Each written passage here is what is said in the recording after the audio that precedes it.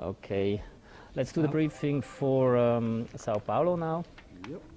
I think the main problem that we have tonight is the crosswind and the tailwind. Yep. Most Yep. probably on runway So I 32. think we go through the planning first and then Yeah. we discuss the takeoff here in Zurich. Right. The operations control is right now checking for a possibility that we make a takeoff on 28, go to Geneva and make a refueling there. Okay. So that's an option. They're checking about that possibility. Okay. That would give us the option to take full load. Right. I think most probably we are limited now with the tailwind component on 3.2. And so let's go through the On all papers other first. runways. On all other runways. Okay, routing the number 2, shortest and 2 means Lisbon, huh? That's right. Lisbon, Azores, and then Fortaleza, okay. yeah, Porto Santo and then Fortaleza, that's right. Nice. That's the weather I used for the earlier planning stage and that's what I used eventually. Mm-hmm. Gurulios, the right one. Runways 27 makes 8 visibility prop. No fog for once, that's perfect. And Viracop. Campinas from 8 to 11. 8 to 11. It's becoming okay. The whole problem is in Zurich, huh? Sigmets and an airmet. Once more. Sigmets for Recife, Bordeaux. Slow. Recife. Level 380. Brazil and Switzerland. The guests.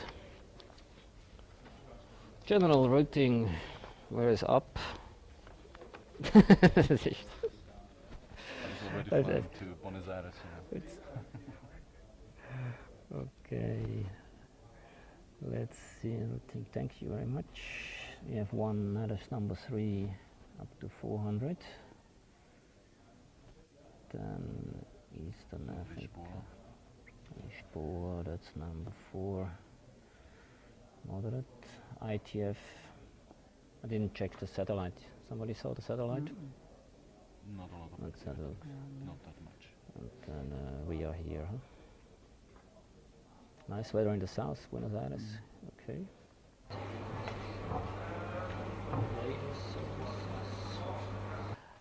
Also, welcome to our Sao Paulo flight. It's my pleasure to fly to Sao Paulo with you and make the next 6 days. I'd like to introduce ourselves. My name is Tommy Frick, and we are 2 first officers. Reto Meyer, he is doing the short rotation with a 24-hour layover, and Roman Chudi, he is doing the whole rotation with us. So Reto is doing the landing in Sao Paulo, and we are doing the first part. For that, and I think the motto of tonight has one name. It's Gerda, and that's the weather outside. Very strong winds, heavy rains, gusts coming through Zurich, and we are a little bit in troubles with our flight planning, and the main problem is the crosswind on the runways, which on the long runways is exceeding our aircraft limits right now. So flight dispatch and operations control is checking the option that we make a little shuttle flight to Geneva and fill our tanks there. That would allow takeoff on runway 28, just straight into the wind. So it's not decided now, but I'm a little bit pessimistic that we make this direct flight tonight. So that's for all. On the other hand, the strong winds will cause a lot of turbulences initially. I think, as Cecil said, in this case the passengers are very nice and calm. That's the positive point. For our work together, also for the next 6 days, I'd like you to have a critical attitude, please, against everything and about everything. Is it smells, visible smoke, of course, passengers behaving especially. Please feel free to communicate with us immediately. Work together, think ahead who has to know what. And we had a lot of cases, just little smells or smokes, and we need to know that immediately. So please, you can come to the cockpit every time, as often as you want. And okay. So let's go down to the Met Office and have a latest briefing. Okay. I think that's crucial, yeah. If I look at the TV, then it's very special.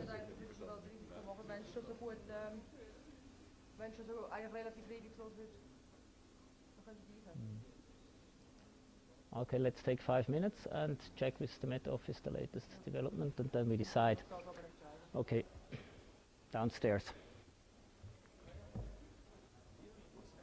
No. That's the point that we are down. What's the latest? 27 Gast 50.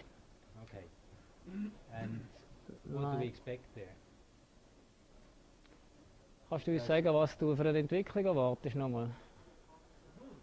Gradient sollte im Prinzip bleiben.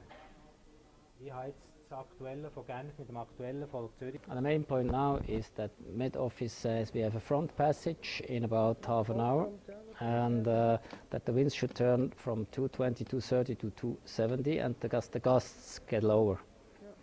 So if we had a 40 gust and a mean wind 20 to 30, and he's right, and we get 3-4, so we could go with that. We will make a last-minute fueling. Okay. I don't think that we increase the zero fuel weight right now. Most probably I would like to have a little bit additional fuel on the plant.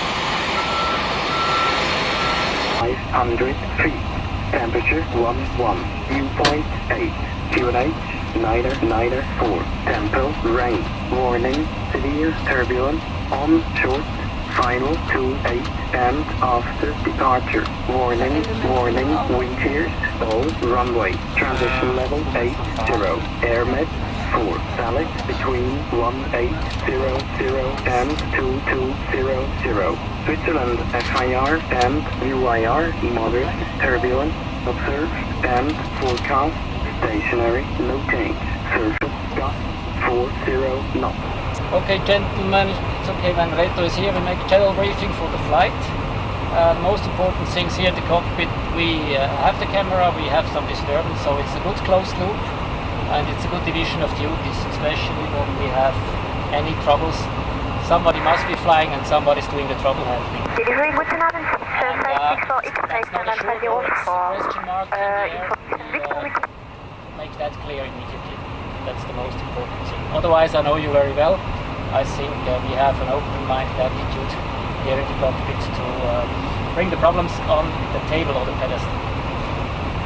Tonight, very special takeoff, but in general, let's start with the takeoff.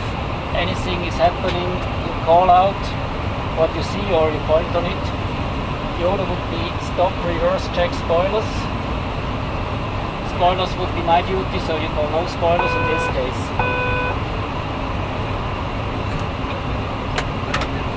And your primary duty is to inform the ATC. If you have time and capacity for an 80 knots call, it's perfect. I will set the brakes, cabin crew at stations, and then we go into analysis and decide, can we leave the runway or have we do some emergency checklist or something reasonable. In case of an on-ground emergency, I keep the brakes set, I switch on the emergency power, and I start the evac sign, I silence the bell, I inform the tower and order on the PA emergency open seatbelts evacuate. You can do your Okay. Gas levers down, all three. Fuel lever shut. Ground spoilers in for the passenger overwing. So I check the pressure. I will operate the three handles here at least 2 seconds till they shut. I will operate the APU dash and the H11 3 I take the flashlight and the radio communication. receiver. If you go in the air, it's gear thrust and confirm engine out or confirm AOC. The gear, of course, together, the engine out. If the wording is not coming, you can push the engine out. We proceed as briefed. My idea is to go basically as we have trained it already in the simulator, to use the autopilot if available, to make full use of the navigation and to fly it as trained. This is proper cleanup, safe altitude, analysis together, and you insist on analysis together. And then a reasonable checklist. We decide before the checklist who is flying, who's doing the checklist work. And then most probably have to go somewhere for a fuel dumping. And today I'm not sure that we return to Zurich. We might look for a better airport. And we also would immediately call for ETO for assistance. Yes, that's I think everything for today. Same for you. If you hear on-ground emergency, please start assist in the back and then leave and get the people together. I won't come up front. No, stay very long. Okay. Thanks. Okay. Hera? Runway 34 and 32, 240 degrees, 13 knots. Between 240 degrees and 25, and between 13 knots and 24 knots.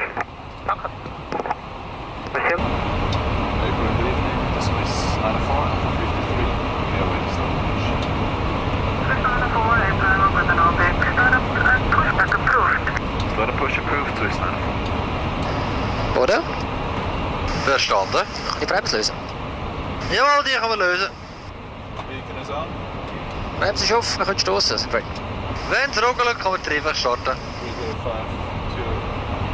2, ready for push.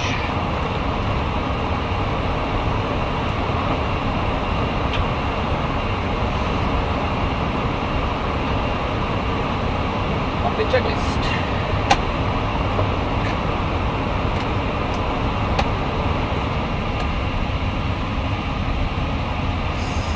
Ready, start all engines.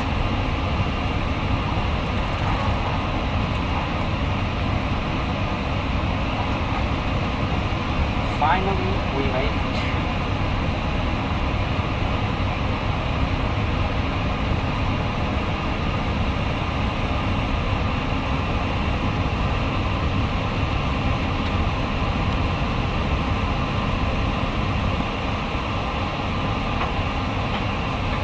Lots on.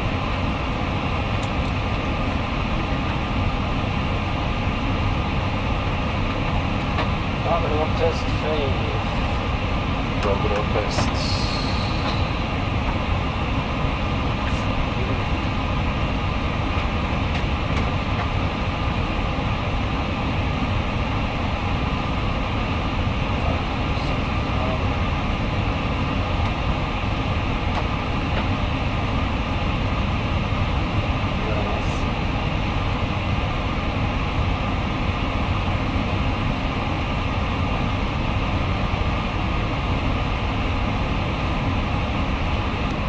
Jetzt sollten wir die Bremse setzen. Bremse ist gesetzt. Wenn wir den Test nochmal machen, oder?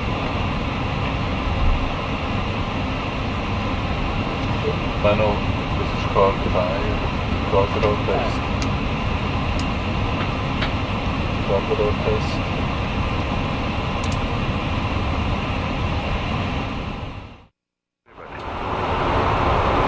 Swiss 94 to wind 300 degrees, 9 knots, runway 34, clear for takeoff. Clear take 34, Swiss 94.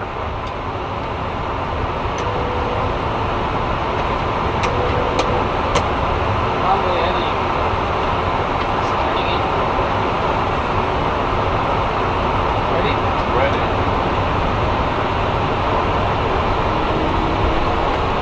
Take off your controls. Eye controls.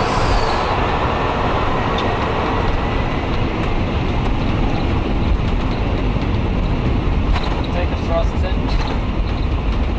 Check.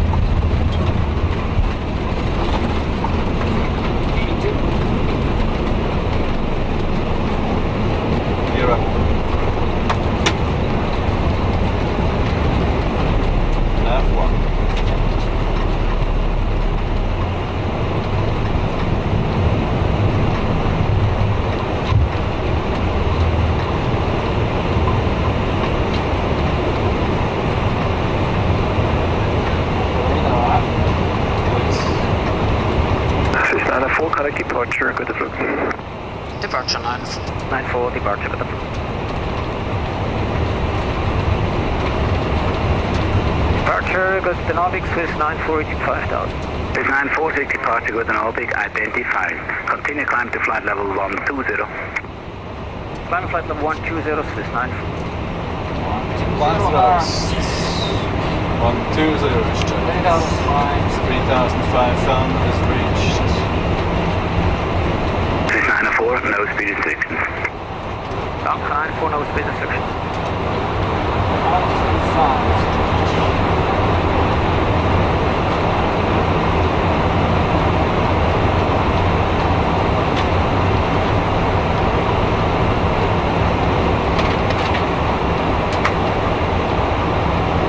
Clear the speed restriction.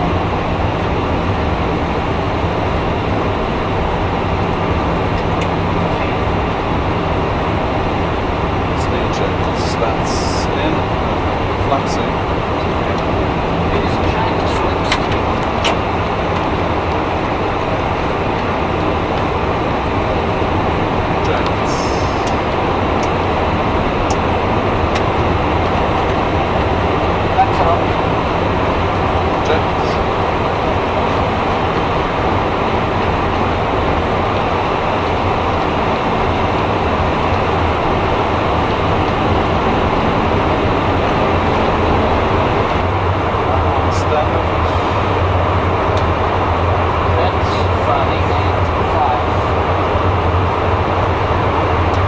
Swiss radar, good evening. Swiss 94, flight level 90, level 120. Swiss 94, going to Nordic, climb to level 230, direct to Ulmis.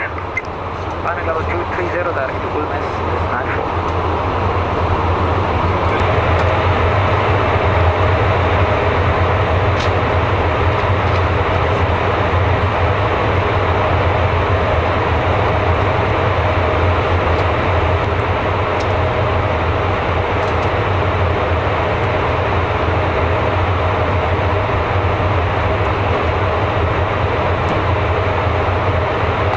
And Swiss right 6073, any change for flight level 300 due to strong wind? What would be your maximum down, 300?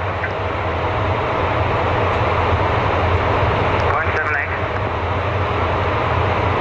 Hello, break FedEx.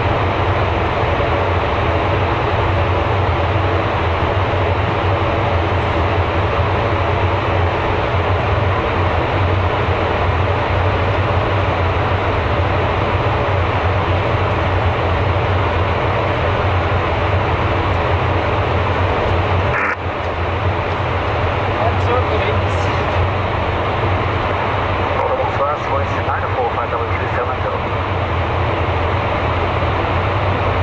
It's 094 water identified and confirm cruising level requested. Initially level 270 is fine, Swiss 94. Copy, so maintain level 270 and route direct to Pamplona. Direct to Pamplona, Swiss 94.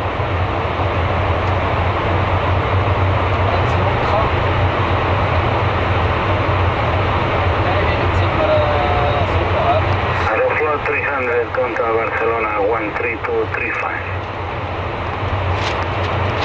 Super, 13235, Aeroflot 300.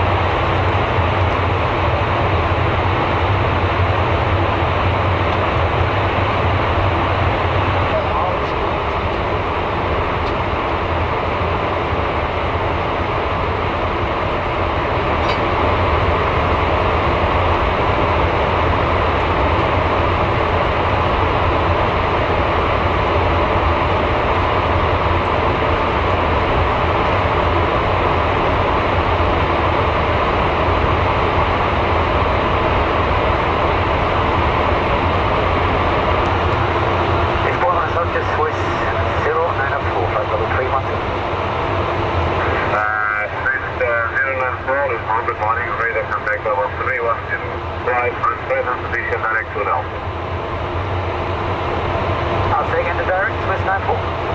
Direct to Nelso, after Porto Santo. Great, direct to Nelso, Swiss 94, thank you very much. Start.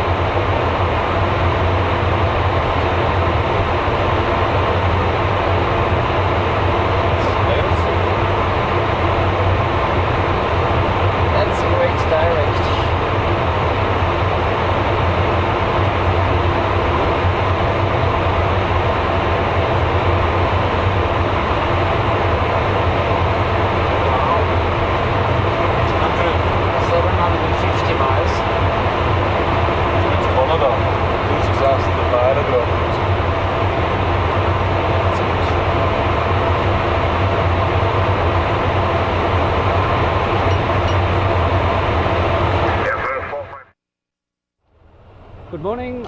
We are now 8 hours and 52 minutes in the air, and in the meantime we have reached Brazilian territory. We have reached Fortaleza, and that's an occasion to give you some details about our flight planning.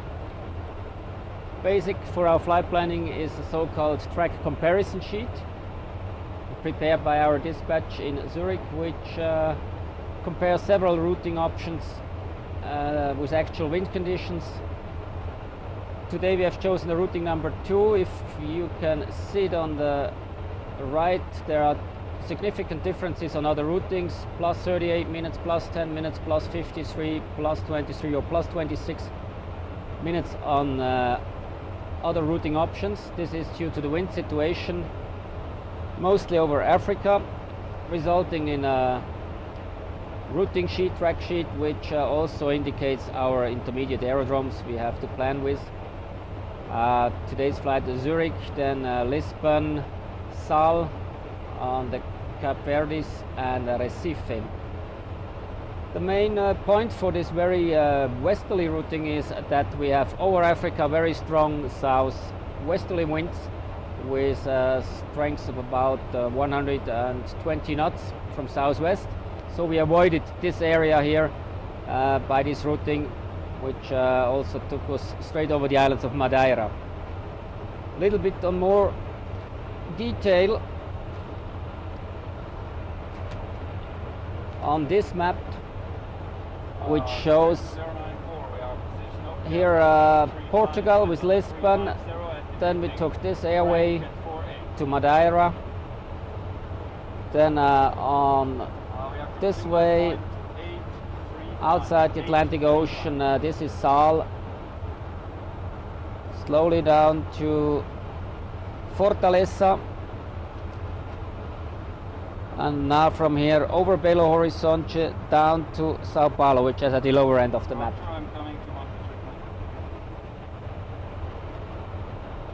As we are out of our departure in Zurich 1 hour behind schedule due to these very extreme weather conditions, we are flying now with a little bit increased speed of Mach 0.835. It's not our maximum speed. Usually if we fly high speed we fly with Mach 0.84, but as we are a little bit dealing with the fuel reserves, we didn't take too much fuel as we were at our limits in Zurich.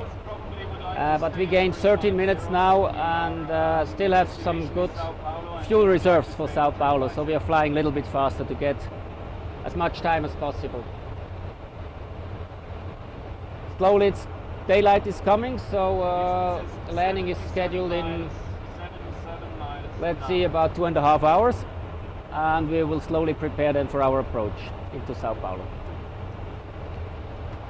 Recife was 094. Swiss 094, metal level 350, sail Mach number and Schmidt time code. Swiss 094, the level is 350, Mach number is 0.835. Say again, the estimate? Schmidt time code, Swiss 094. Estimate cut route is 0853. 0853. Change 0853. Charlie Charlie.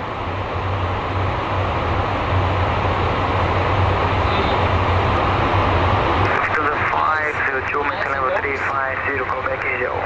To the 502. Das heißt, wenn wir switched und kann nach vorne, dann gibt es ein Reset. Da ist der nach vorne. Report over. Romeo, India, Golf, Echo, Lima. To the 502. Ja, ist klar.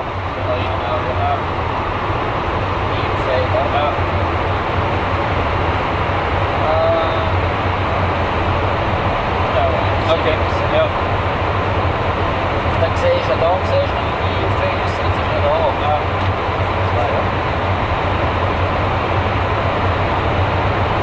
Okay, we see here in the background the Elms fire.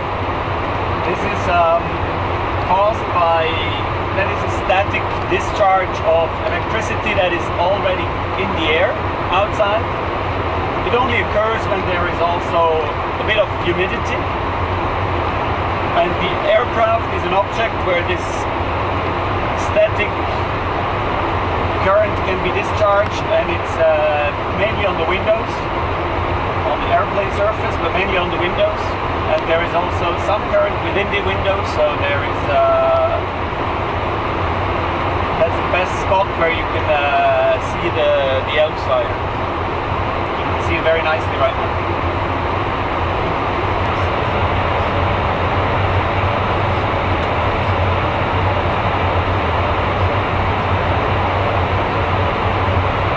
First position applet, 0823 level 350, planned on exit 30. Roger, maintain 350, call back at Tuckwood, 094. Next contact with 094.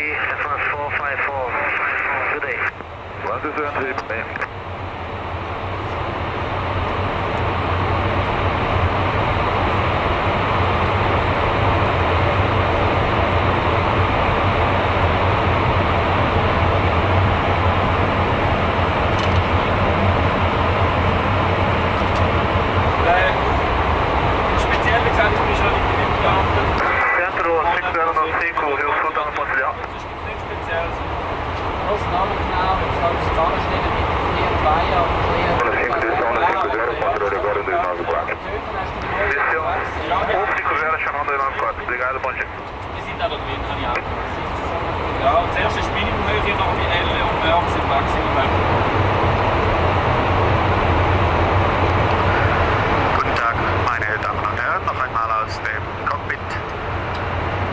Wir werden in etwa 40 Minuten in Sao Paulo landen.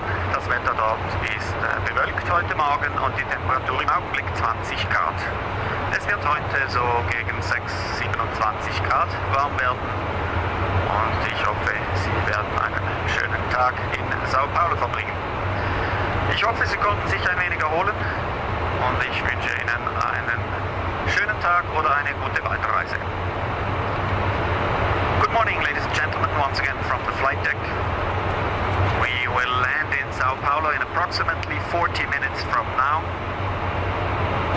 Depending a little bit on the traffic situation there, weather is reported to be cloudy. Temperature this morning is 20 degrees Celsius. It will be up to 26, 27 degrees Celsius during the day. So I wish you a very nice day in Sao Paulo or a good continuation of your trip. Okay, we are now about 40 minutes from Sao Paulo, Guarulhos, and I will make an approach briefing now. Okay, we are expecting a Piracununga transition and then the Tuca arrival with these intermediate points from Campinas to Jaco, minimum flight level 100, L minimum flight level 70, Merck minimum 5,200 feet. We checked that with the FMS as well. We continue then on the ILS on the point plus, which is above 4,700. Then the intercept, the glide slope intercept, is at DME 13 Buon Successo, 4,700. Glide slope is 2.9 degrees. India Golf auto marker 4,100. The minimum we have 2,660 baro set. The missed approach is climb on heading 092. This is straight ahead to 6,000 feet, turn right to Buon Successo and hold. Buon Successo is out of service, so it will be the NDB India Bravo, which we have on ADF2. Then it's a left hand holding pattern on 6,000 feet. The runway is 3,000 meters long, 45 meters wide, minus 0.1 slope, and we have a puppy 3 degrees on the left hand side.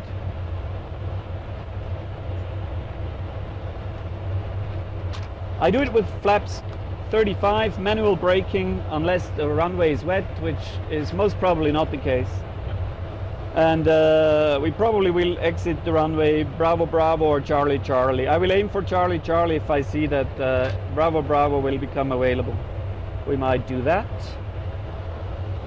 Last point, enough settings. I pre-selected the 09 right ILS on the right side and the left ILS on the left side, but I will do it with auto tune unless there is something wrong. I have India Golf for the lineup. This is the auto marker on ADF1 and missed approach ADF India Bravo on ADF2. Approach briefing is completed. Thank you, that's all. We are in Rato's briefing, we always check the planned arrival route also on the FMS, what he's going to brief. I have here on the navigation display now north oriented, the so-called plan view. You see the airplane here, north is vertically up. Already here, short before Papa Sierra November, you see the top of descent calculated for by the FMS. So if I scroll through the flight plan, we can check all constraints for our approach. Papa Sierra November. So we go up. We see Point Mens is an altitude bracket.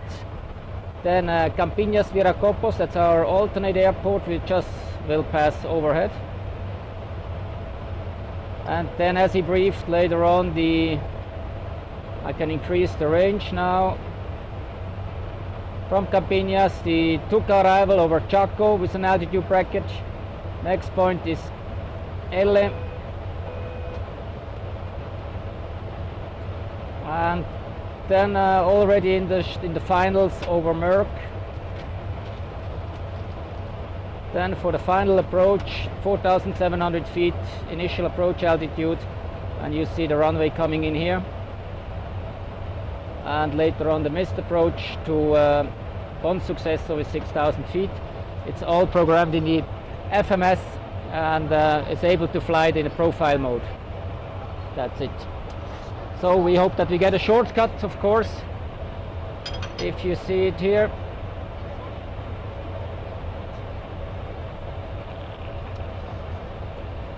That's quite the corner here, so we hope to get a shortcut. Might be we can gain some few minutes. It's a status page. Varigo chat patron, твой пропирационал, да, Varigo chat patron. Вроде пира. Approach page.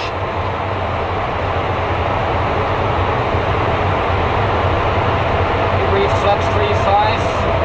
Landing weight expected 186.5. Yep.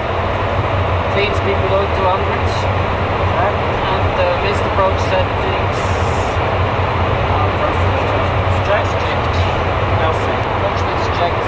Seatbelts later in 10 minutes might be. Okay. And guys, navigation displays are magnetic and the descent check is complete. Thank you. This traffic is left-right. I thought it would be As aeronaves estão em bem tipo já pode trocar para 285. actual traffic at the takeoff. Brasília está 3317. It's a funny chaos. That's Ok, caso de falha, por Ribeirão operacional. Centro Brasília está 3551. Está 3551, vigilância radar, chama para descida. Vigilância chamada para descida, sim. American 907, fly direct main, intersection, expect Tuca arrival. Fly direct men for the Tuca arrival, American 907, request lower. Yeah. The Swiss 094, we are standing by for descent. Descent flight level 200, use high speed. Maintain high speed, leaving 350 down to flight level 200, the Swiss 094. running speed 200.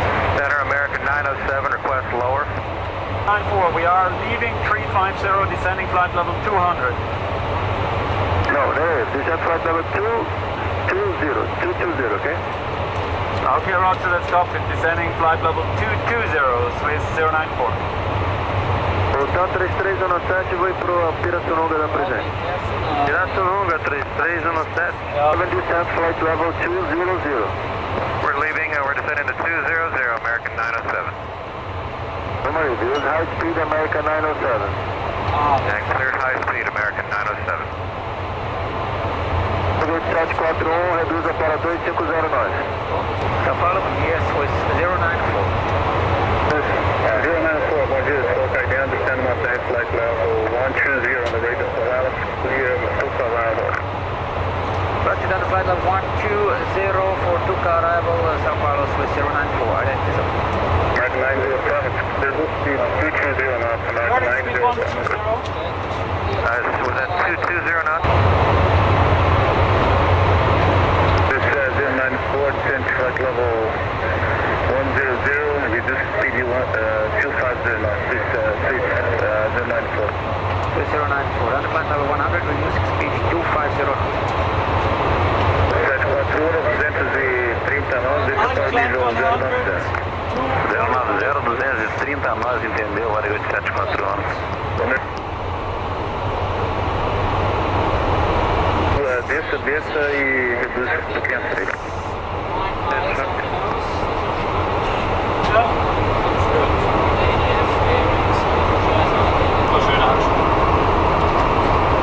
This is 94 after Campinas, flying heading 120 for space.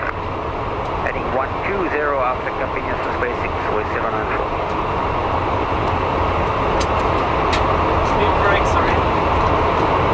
Tá 3551, reduz a 2509, 3551.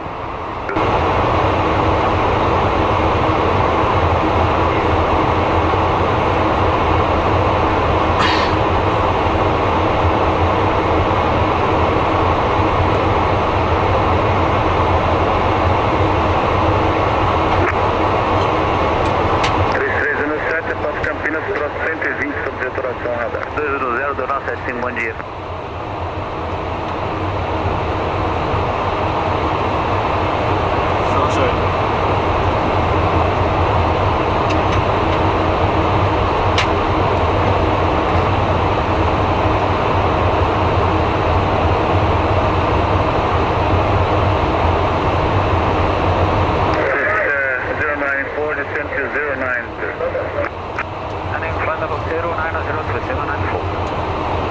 Orbit speed 090. 3317, desça para o nível 100, 33, agora 210 nós, desça para o nível 100. Desça para o nível 100 com 210 nós.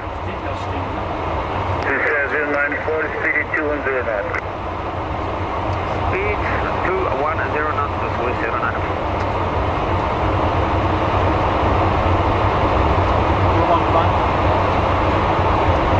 215 thrust. Vertical speed 90. Speed is slowly coming back.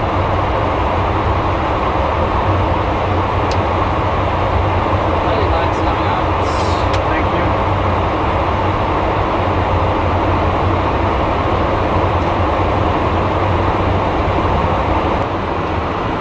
São Paulo approach, bom dia, Swiss 094, Formation Golf, flight level 905, descending level 80.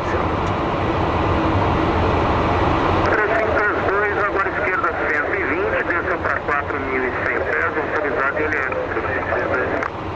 120, 400, autoridade LS 3538. This is 094, São Paulo, good morning, clear 2070, flying heading 200 to the 5. Swiss 094, heading 200 down to flight level 70. 741, trafega meia dúzia, 1011, 1000, varig 8741. Varig 9990, para flight final, turninho 32. Controle São Paulo, bom dia, tá 3317 na Cisco. Bom dia, até o nível 80, 33. Foi na cor 180 para o localizador. Gente, para 180, 3317.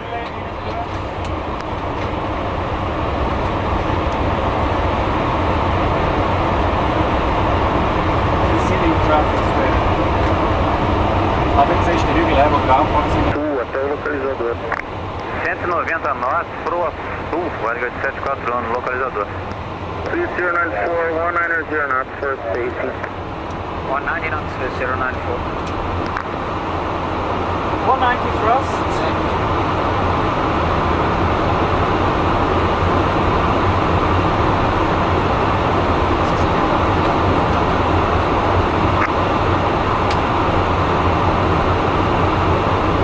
Swiss 94, what's your speed? Speed is 190 with 094. Continue descent to 5500 feet, 5,500 feet. Down to 5500 feet, 5,500 with 094. Bom dia, Varig 2266. 2266, bom dia. 150. Yes, please. Thank you. Varig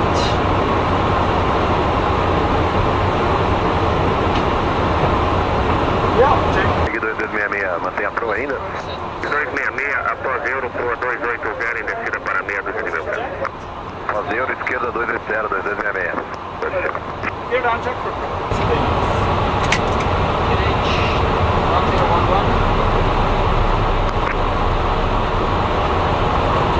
45 now, mission check. Thank you. With 094, full established, ILS 09 right.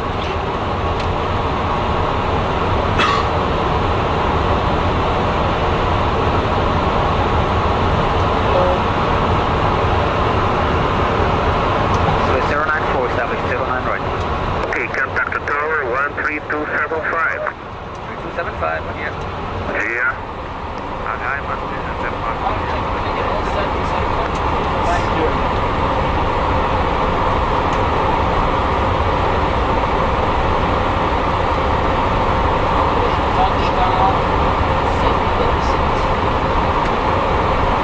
Varig 8741, solo 06, autorizado cruzar a nova esquerda, após solo 1217.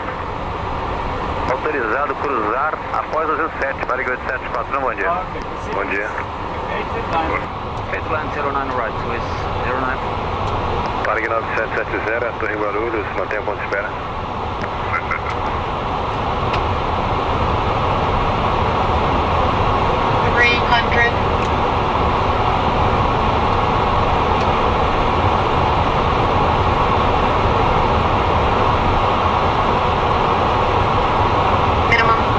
Torre Guarulhos, voltar 3317, bom dia.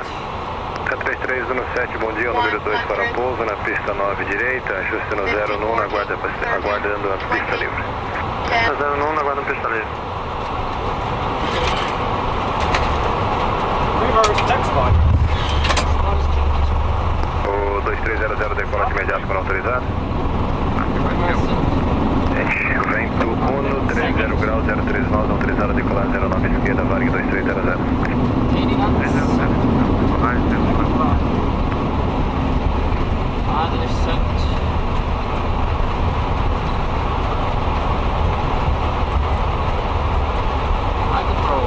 Your controls, reversals. 3094 on the ground at 08, hold short 9 left.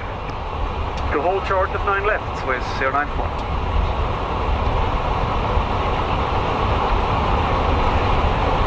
Tan 3317, o vento 130 graus, 03 nós, pouso autorizado, 9 direito.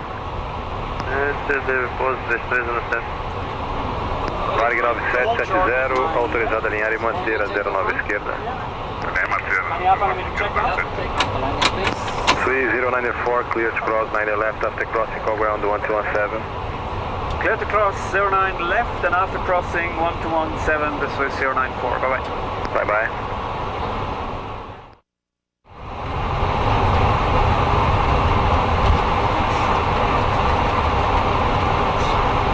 Some waves in the taxiway.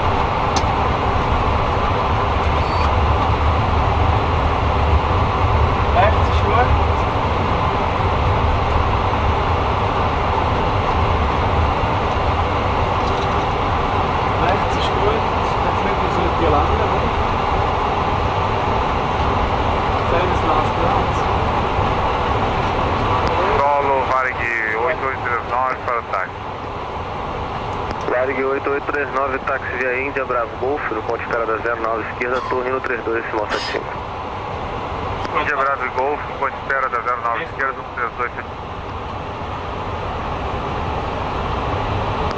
32, 3317, Hotel 03. Hotel 03.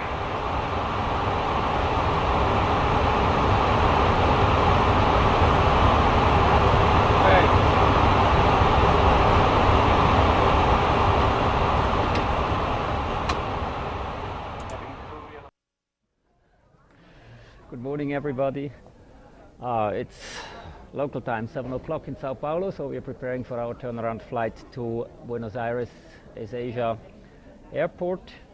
The airplane just arrived, so we're doing our flight preparation here and wait until we can board the plane.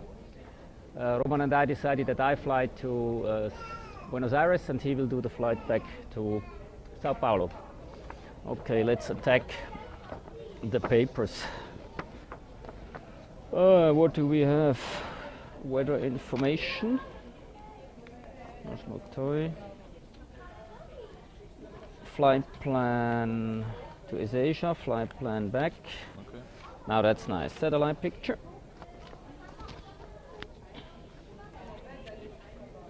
So we are somewhere here. The Rio de la Plata, Buenos Aires. Looks like we have very nice weather today, all the way down, especially in the south.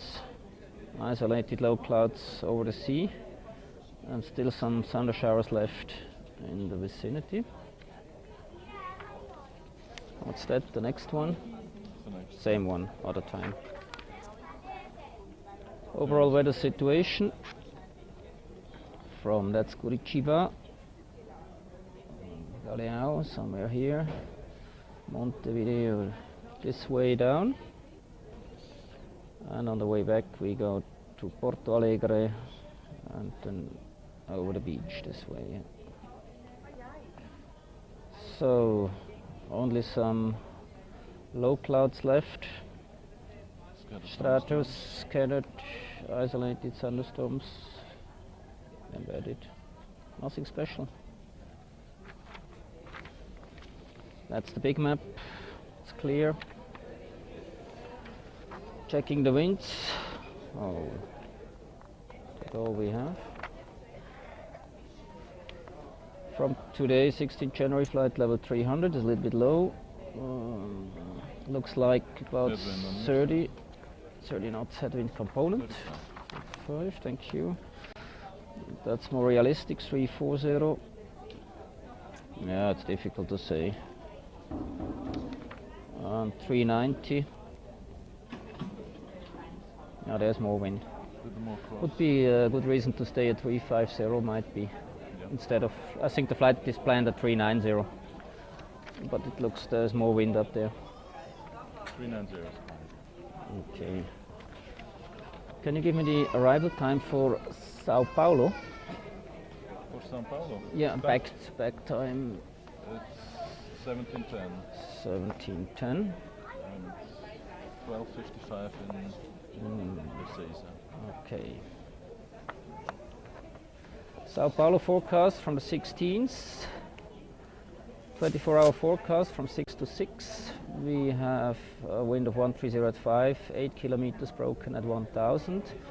Prop 30 from 8 to 11. That's now 4000 Brum. Broken at 500. Yeah, that's the low clouds. Becoming for us starting at 14.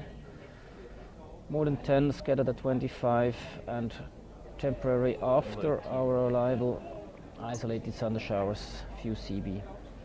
So if we are lucky, we have a nice flight also back to Sao Paulo.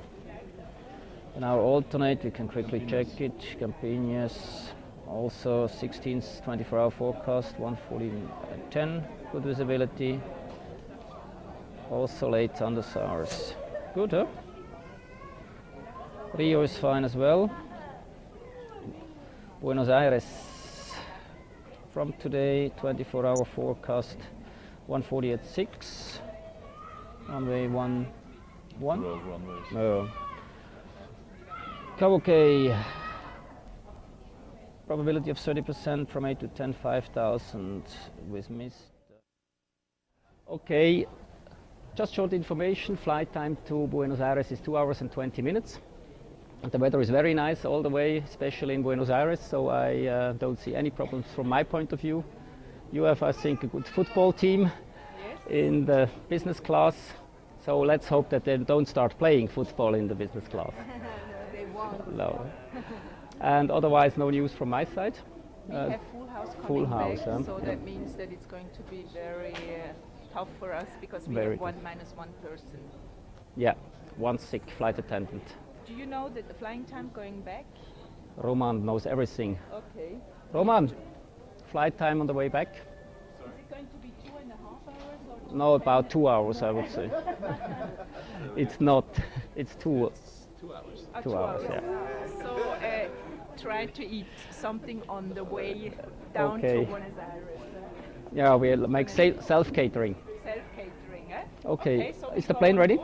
Okay. We have everything done. Everything's set.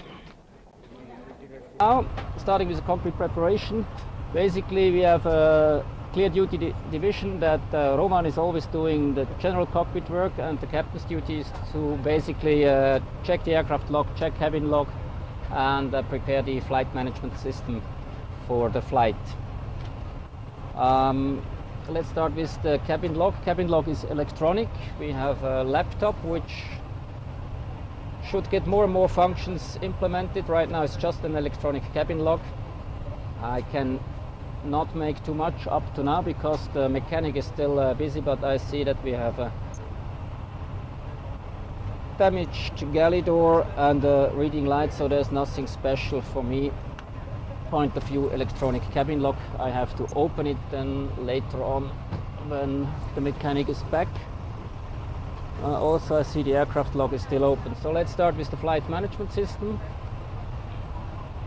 May I borrow the flight plan? Our flight plan shows in this section basically the input we have to do in the flight management system. So we start usually with the aircraft status page. Let's see that the database is current from 25th December until the 22nd of January, that's correct. And the performance factor is plus 4%, which is also correct according to our flight plan. Now we are planned on routing number 1 from Buenos Aires, from Sao Paulo of course, to Buenos Aires. I can enter that this way. Golf Romeo Uniform to Asia routing number 1. I have no alternate route I want to insert. Our flight number is 0094 and the planned flight level is 390. Temperature level minus 54 centigrade and the tailwind component of, a headwind 35 knots. Cost index of 80 is correct, and now we check the position. I see outside we are south 23 degrees 25.7 and west 46 28.8, which is correct in here. So I initialize the inertial reference system here, so the platforms will be aligned now for our current position. So this page is correct. Let's go on one page further, the so-called weight init page. I have to adjust the taxi fuel. I put in, just to compare it with our planned figures, the initial contingency fuel of 0.8, which is a 5-minute contingency fuel and alternate fuel to Montevideo of 4.3. For me it's just a basic setup that I can check our flight planning with the flight management system. The rest I have to wait for the load sheet, so let's go one page further. Refuel quantity is 30, that is wrong, that has the mechanic. I clear that now. No ballast fuel required. We have Jet A1 fuel, that's important for the freezing temperature of minus 47 degrees. So let's go to the flight plan page. Flight plan is already inserted now. Besides standard instrument departure and arrival, I can activate here the SID, which is today, let's wait 1 minute.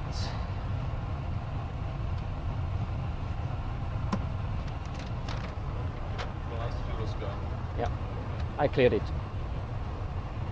Expecting departure runways 09er left, that's the long runway here, and then we make an immediate right turn back to Congonhas.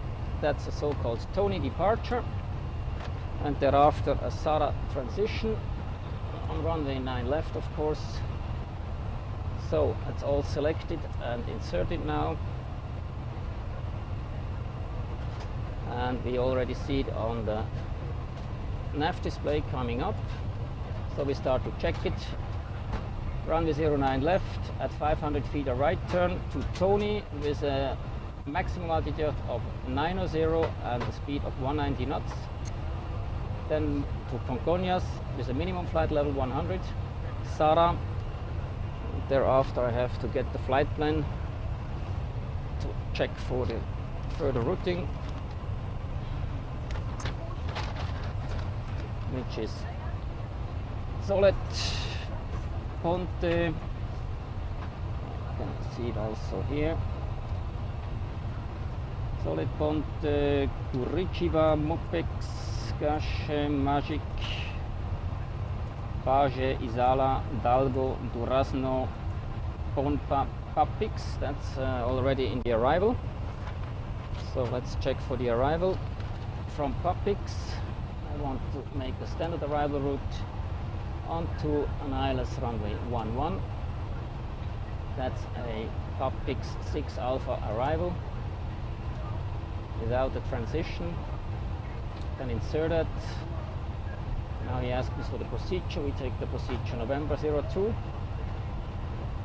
And now we see that we go from Papix over the field, over Asia straight, and then we perform a base turn to the south, 10 miles out, and then a right base at 2,200 feet intermediate approach altitude for runway 11. And a missed approach. So the flight plan is correct. Now we make a cross check. Distance 965 miles, which is correct. I can clean up further. Let's fix some nav aids. VUO1 on Congonhas. I take it on number 1. It's better. I check the performance page, which is on standard econ climb. I just checked the descent, 290 knots policy speed. No fixes inserted. Secondary flight plan, which is just using memory right now, is none inserted. That's correct. And the takeoff page is prepared by the first officer when he has checked for the performance. So I check if there is an engine out procedure. There is none. So we have to define our own procedure and follow the SID. So far the flight management system is now set up. Let's wait for the papers here and continue then with our internal cockpit preparation. Where are my maps? Here. Okay, the routing here on the map, which is a little bit difficult to see the sea, that's more or less the coastline. This is Sao Paulo Guarulhos, here is Rio de Janeiro. So we will fly over Congonhas, then to Curitiba, and follow that airway, the upper Alpha 318, to Isala, that's the border to Uruguay, Durazno, and Papix, which is over the Rio de la Plata already, and FIA boundary to Argentina, and Buenos Aires is just behind. The way back then will be a little bit more south, over Dorbo. Down there is Montevideo, our alternate, by the way. So we fly from here to Melo, a little city, then into Brazil, Porto Alegre at the coast, Florianopolis, and then over Santos at the beach into Sao Paulo. Sometimes there is a shortcut which saves a few minutes from Porto Alegre straight to the Petri point, where the arrival procedure starts for Sao Paulo. flight time today, 2 hours and about 30 minutes with the headwind down and 2 hours with the tailwind back to Sao Paulo.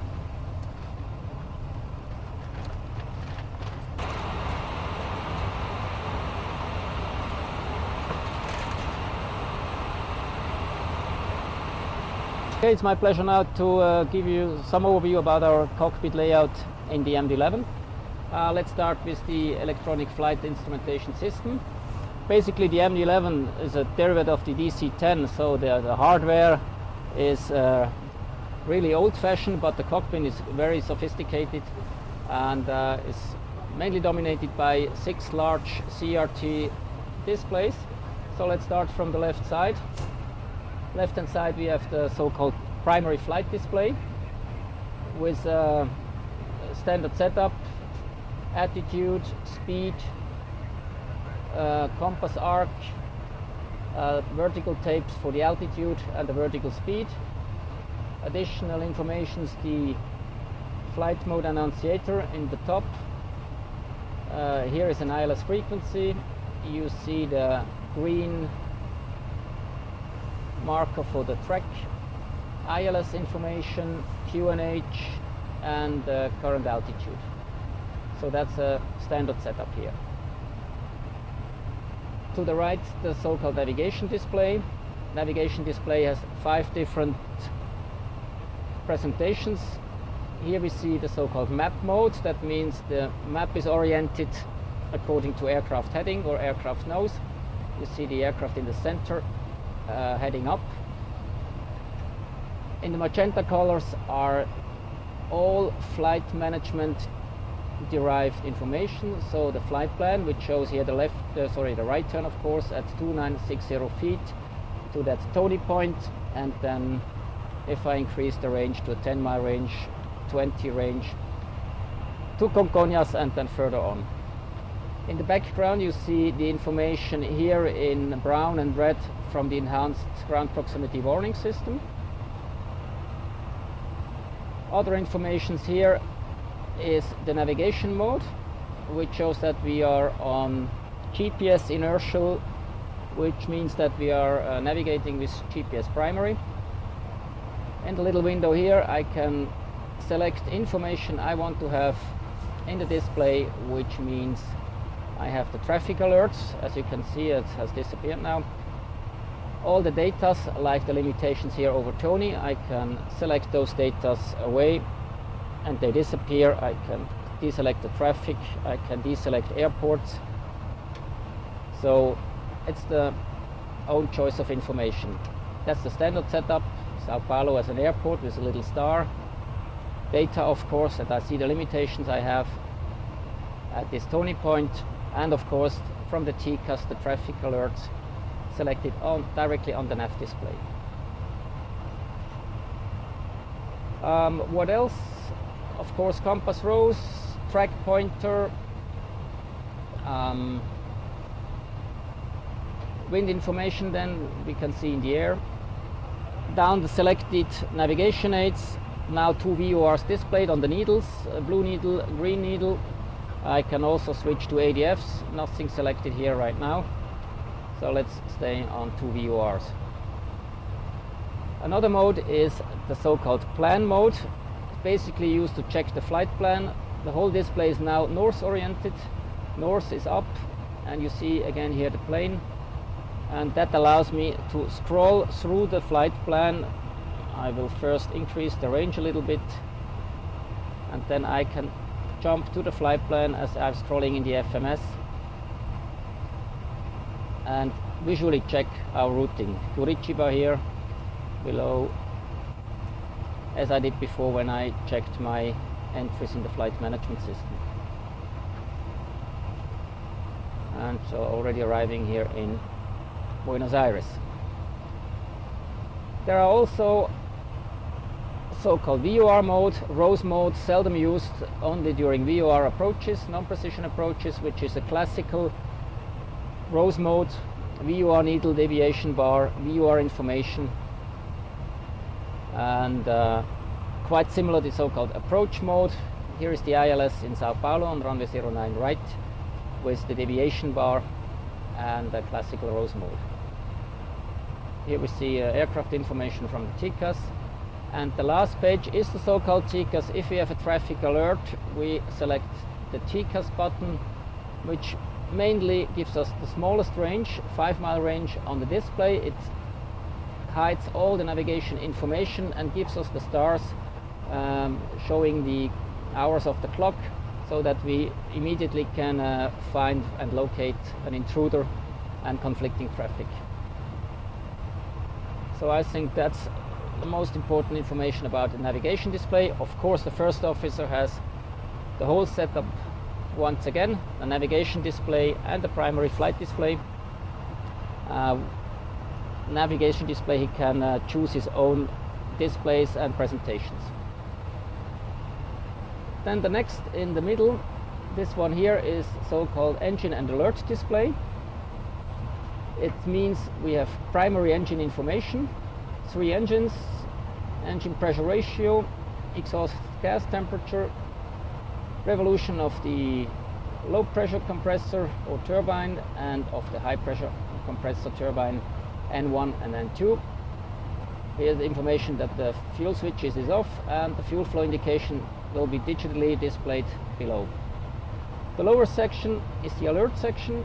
So here are all the warnings displayed, several levels of course, red warnings which require immediate awareness and action, amber warnings in 2 levels, and blue warnings more as information. So the door open is a so-called level 1 warning, of course, right now on the ground. And here the blue warnings are mainly from the air system, that the cabin doors are open, that the communication VHF number 3 is on the voice, and that the no smoking sign is on. Here is a so-called memory section. That means I have to check the configuration page for additional warnings. On top, the thrust setting. Today, as we are very light, the first officer has checked we can do a so-called reduced takeoff thrust. The MD-11 has the ability to select between 2 different thrust settings for takeoff. A 62K, that means 62,000 pounds thrust. We can activate for heavy weight takeoffs, and the standard setting is 60K takeoff, 60,000 pounds of thrust. And now we have a reduced setting, as we have inserted a 44-degree flex temperature, gives us an EPR for the takeoff of 1.49. Total air temperature in the upper corner.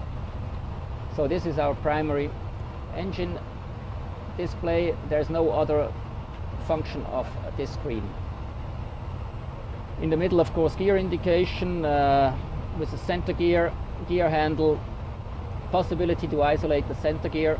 That's important if we have to make an emergency landing with one main gear, the left or the right main gear, retracted. The center gear cannot bear the load and has to be retracted then. This screen is the so-called system display, which has about 8 different screens. Right now, the secondary engine page. Secondary engine page mainly a gross weight information as soon as we have inserted the weights. Total fuel, stabilizer position, CG position, cabin altitude and cabin rate. In this corner, from the auxiliary power unit, main information, and then for the engines, oil pressure, oil temperature and oil quantity, engine nacelle temperature, vibration monitoring for the compressor and the turbine section, and of course here then also the alert section. Now I can switch from the engine to the hydraulic page, so I can display all the aircraft's main systems, like here the hydraulic system, which shows 3 tanks, 2 hydraulic pumps, engine driven per tank, and the system pressure. We have the possibility to transfer pressure via so-called reversible motor pumps from system 1 to 3 or for system 2 to 3. In addition, we have 2 electrically driven pumps. One is also driven by the air-driven generator we can drop in case of an emergency. The next page is the electrical system page, which shows the whole electrical system right now. Information from the APU with the voltage, frequencies and load. On this level, the generators not running, of course, right now as the engines are not running. On this level, the AC system from left to right. It's a left emergency AC bus, an AC bus 1, AC bus 2, ground service AC bus 3, and right emergency AC bus. And the upper level is the DC system as well, left emergency DC, DC1, DC2, ground service DC, and DC3, right emergency DC bus. The fourth display is the air system. Air system mainly from 3 engines, bleed air. Engines are not running right now, so the air, as you can see on the green lines, is coming from the APU. Via these cross bleeds, we can transfer the air from system 2 to 1 and from 1 to 3. Here you will see usually the pressure in the system and the pre-cooler outlet temperature. Up here are the so-called air conditioning packs with the pack outlet temperature of 2 degrees. The air is quite cold and will be not shown on this screen, additionally heated with hot bleed air. Up here you see the distribution, the temperature of the air as it enters the sections. 1 cockpit section and 4 cabin section. In blue is our pre-selected temperature, and in white the actual temperature of the compartment.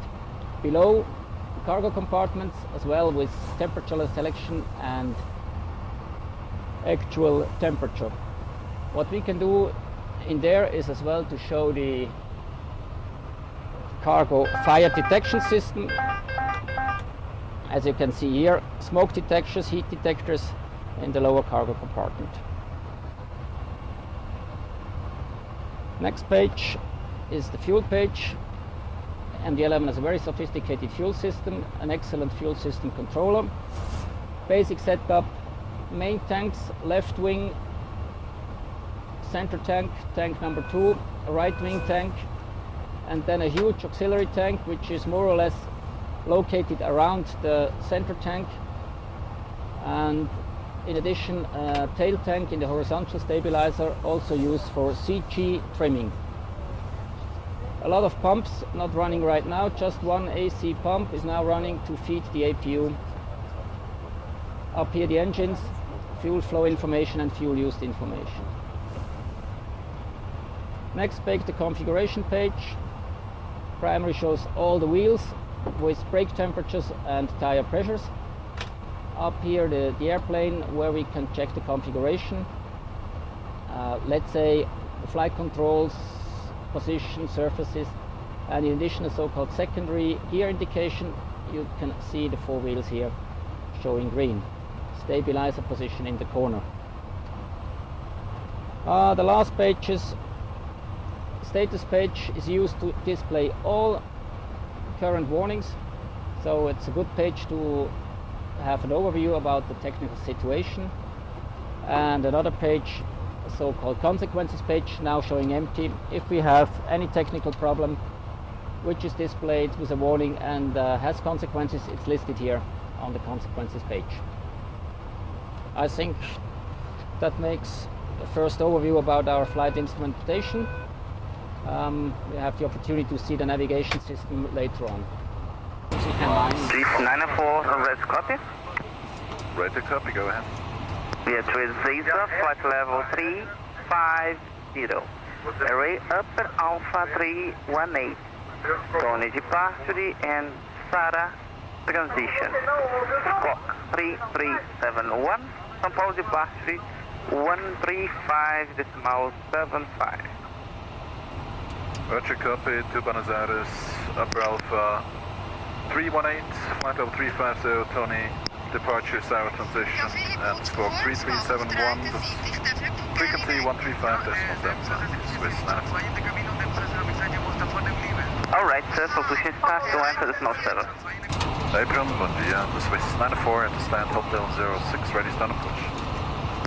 Swiss 9-4, wireless ground. Clear to start up, then push back. Report you at the taxi. Clear for start and push and code for taxi Swiss 9-4. Clear, start and push. Go around, here. Affirmative. Starting all. Okay, checklist. Okay, all engines clear. Start all engines. Parking brake, please. Parking brake set. Guarulhos mais 4264. Prossiga pro solo. Aileron deflection. Slat extended. Flaps to. That's very interesting. We drop also our ailerons to assist in the lift for departure and use them like flaps. Delta 105, change your taxi. Bravo Hotel Alpha, hold short off, Golf. Deflections.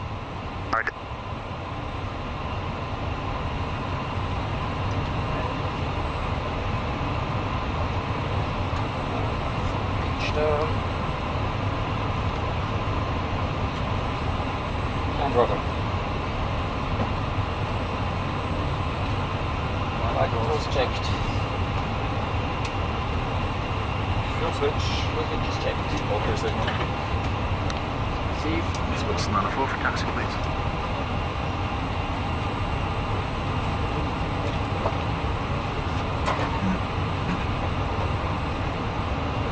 Rollers ground, Swiss 9-4 for taxi. Standing by for taxi, Swiss 904. Standing by.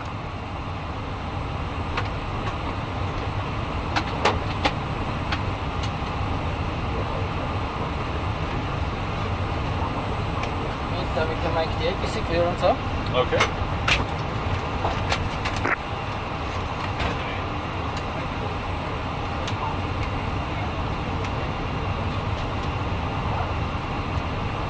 Ready? I'm ready.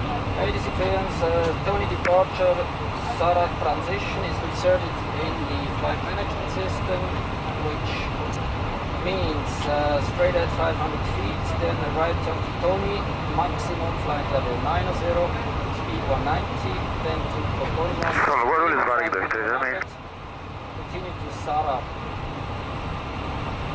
Varig 2306, continue taxão Bravo e aguarde. Bravo, aguardar. 3371 is set, departure speed 13575.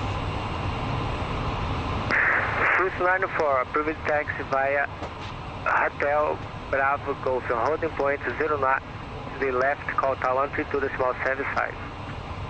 Hotel Bravo Golf to 09 left and 32.75.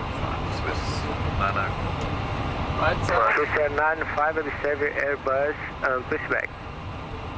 Yeah, after the Airbus Swiss 904.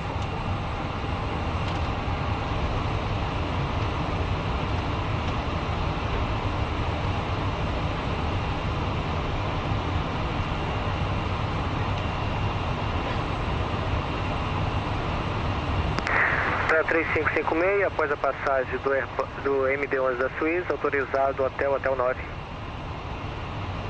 Após Suíça, Hotel 09, da 3556.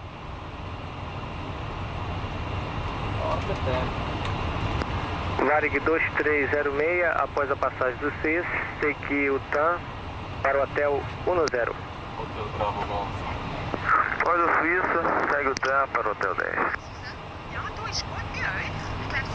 That's nice, you're number one everywhere, huh? Right. They hold back the Taxi check, please. spoilers. Armed.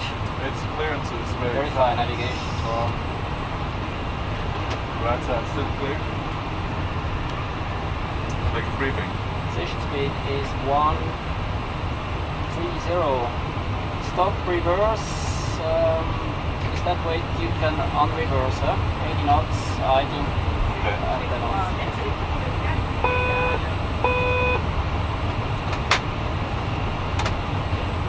Also Kabinengel ist Danke, secured, ja. wünsche einen guten Start. Gell? Okay. We go straight ahead initially for the cleanup. Otherwise is no problem. One successor, and then we return back right to one successor. Guarulhos, ground and Cantina 1249, gate 06, you're ready for the pushback and start up. Argentina 1249, good start up, then pushback, report you at the taxi. Report ready to taxi, Argentina 1249. Right. Okay, the pitch or control is positive. Good.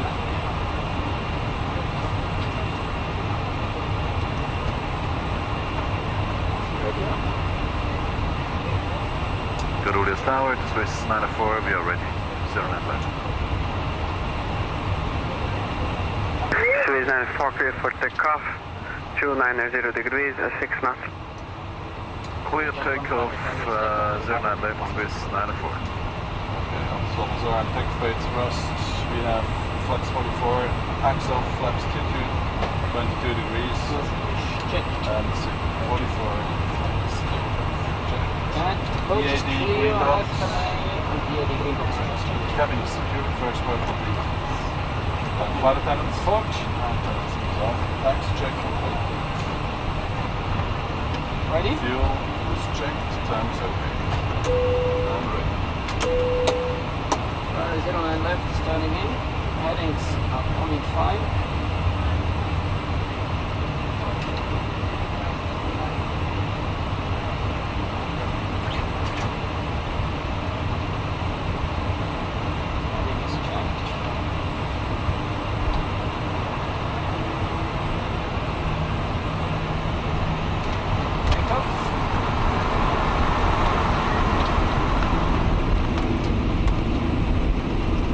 Thanks, well said.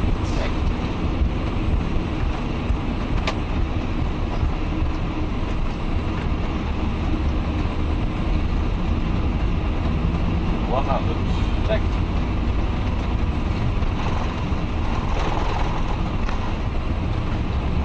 We won. Rotate. We two. Yeah.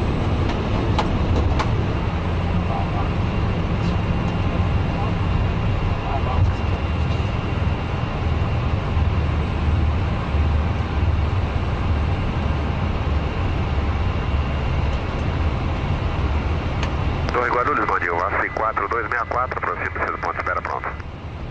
Swiss 094, airborne at 37, São Paulo departure 13575. 3575, so long, Swiss 904. So long, last 4264, autorizado. Go following range. Climb thrust. Level 350. Climb and maintain 350 unrestricted Swiss 904.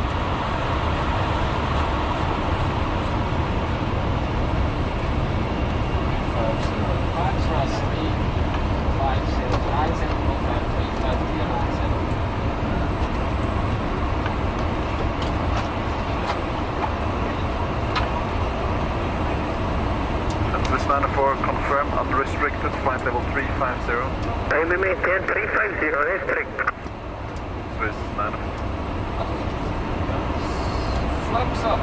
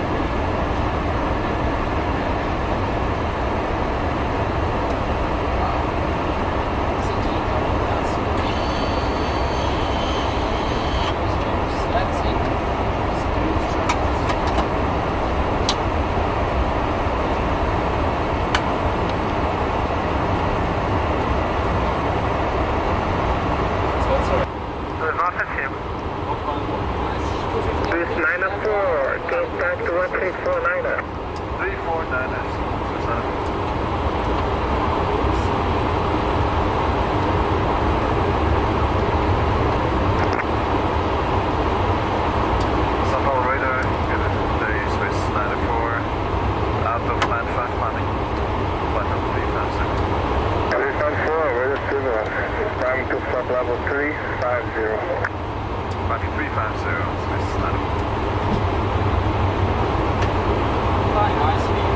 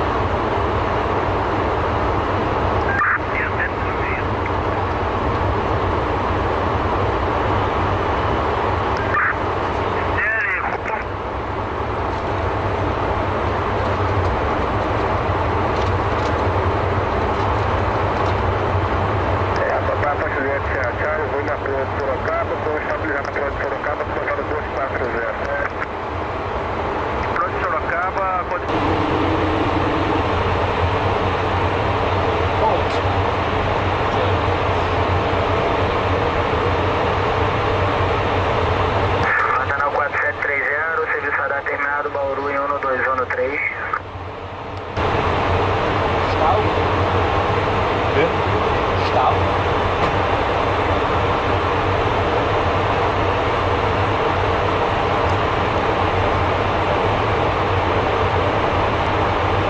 We're cruising now at level 350, approaching Curitiba. I have time to explain you our overhead panel.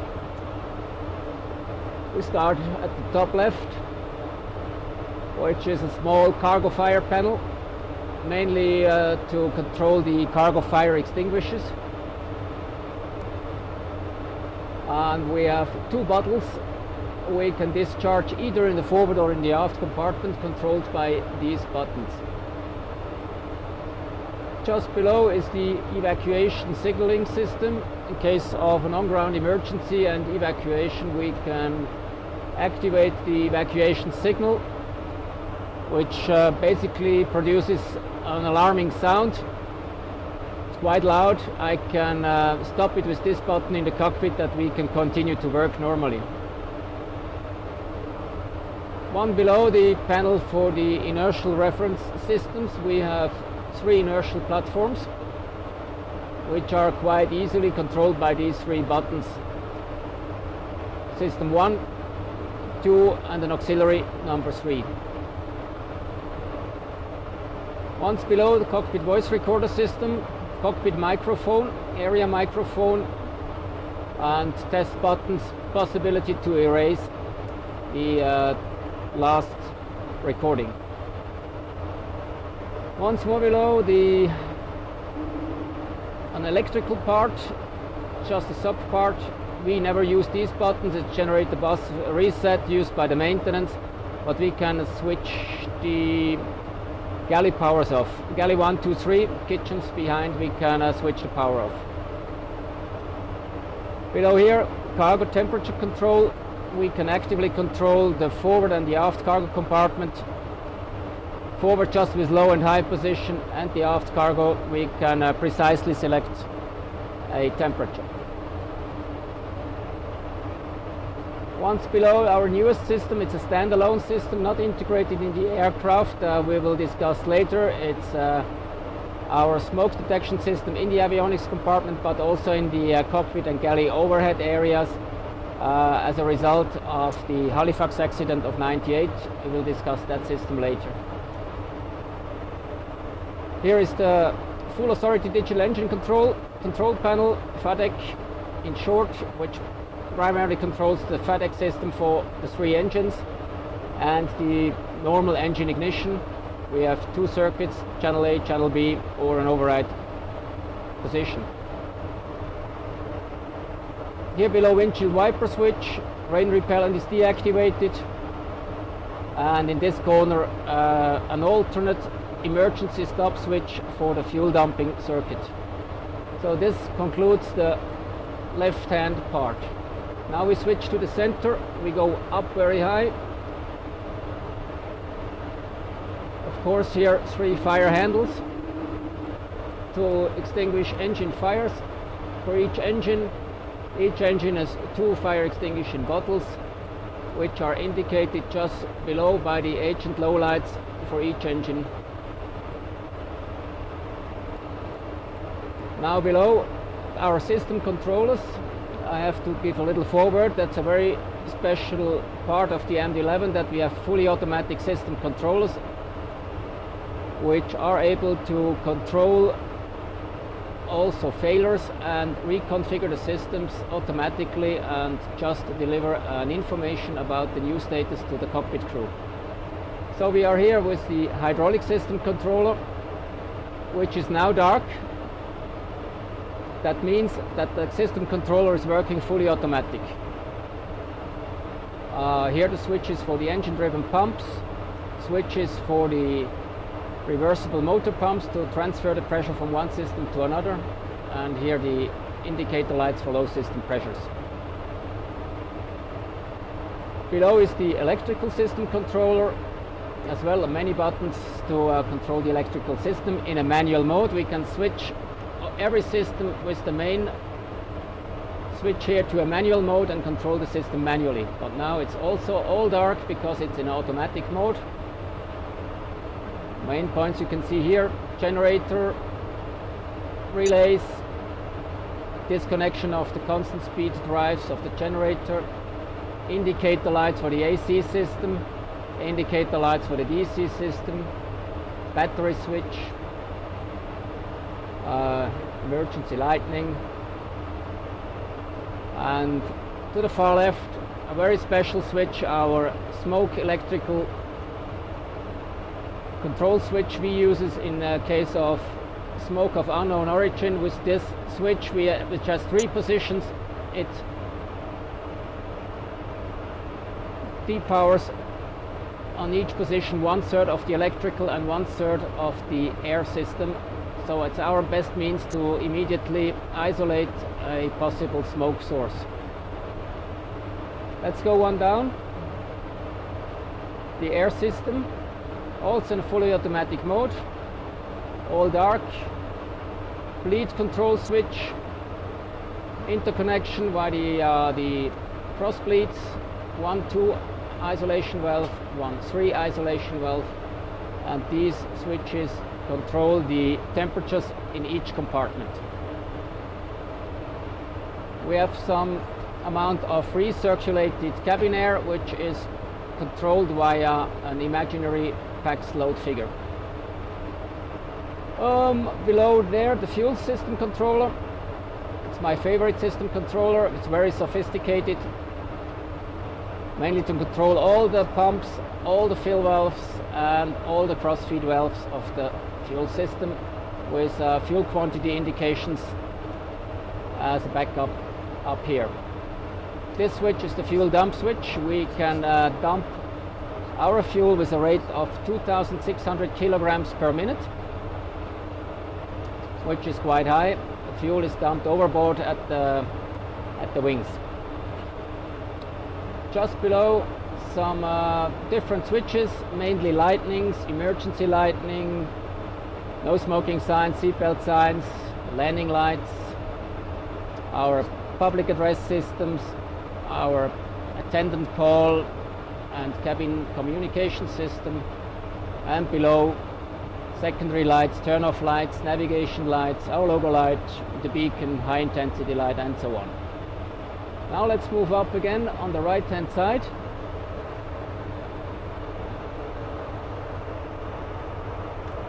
This belongs to the before mentioned new smoke system. It's standalone miscellaneous smoke alarm, where we have the horn and the cutoff for the horn.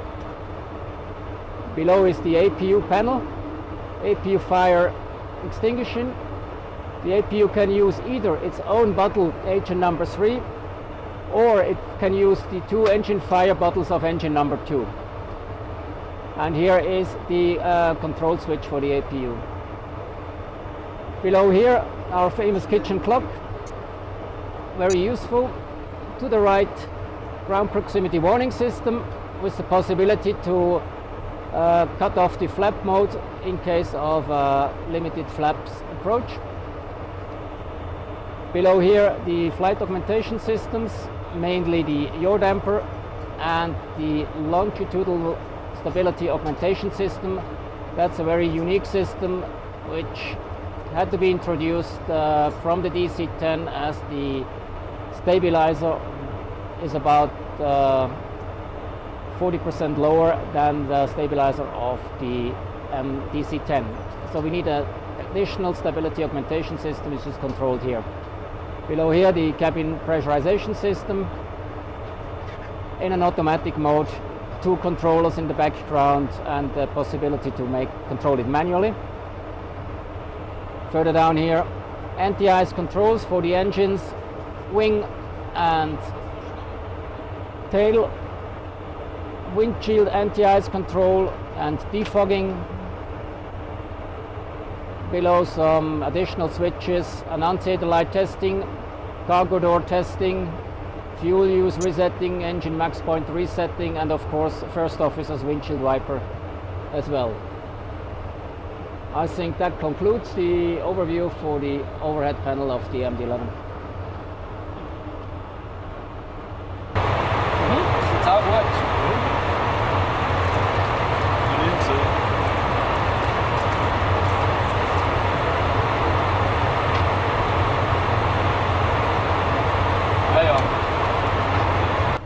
So we're still cruising at level 350 and reaching a position north of Porto Alegre.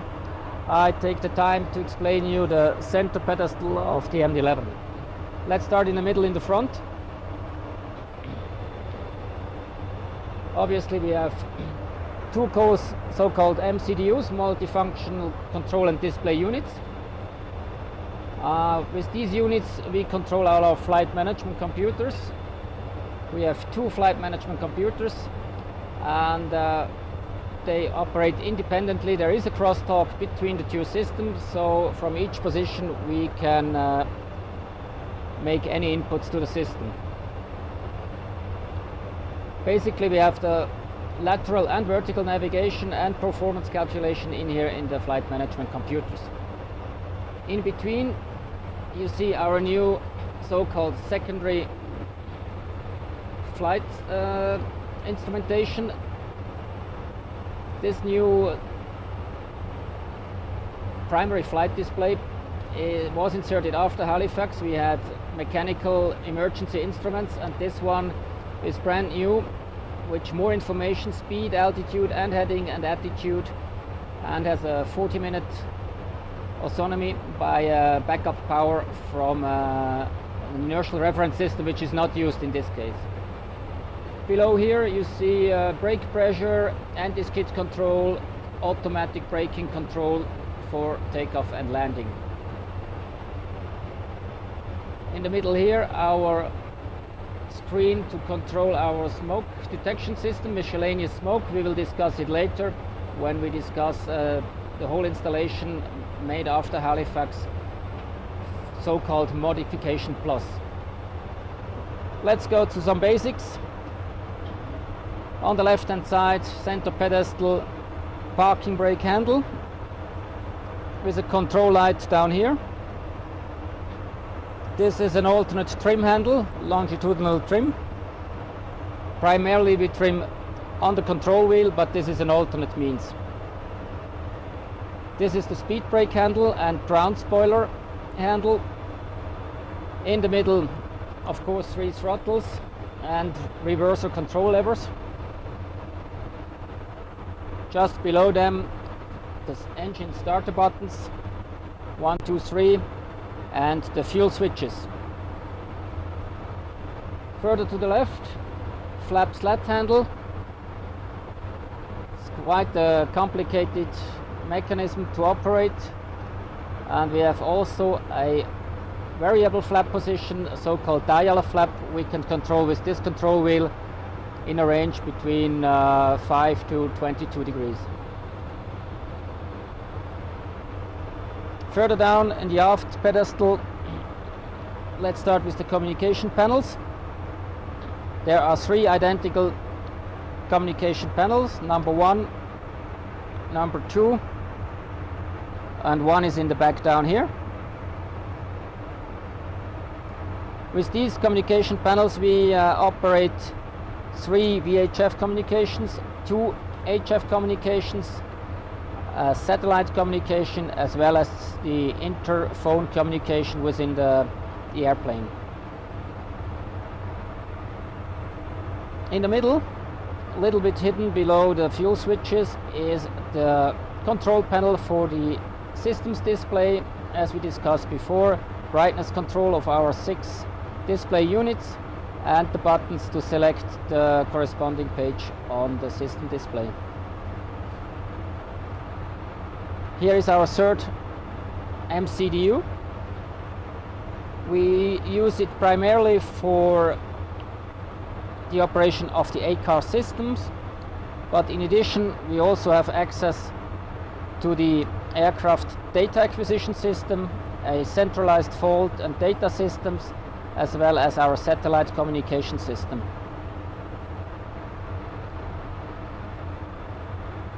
Last but not least, weather radar control panel, ADC transponder,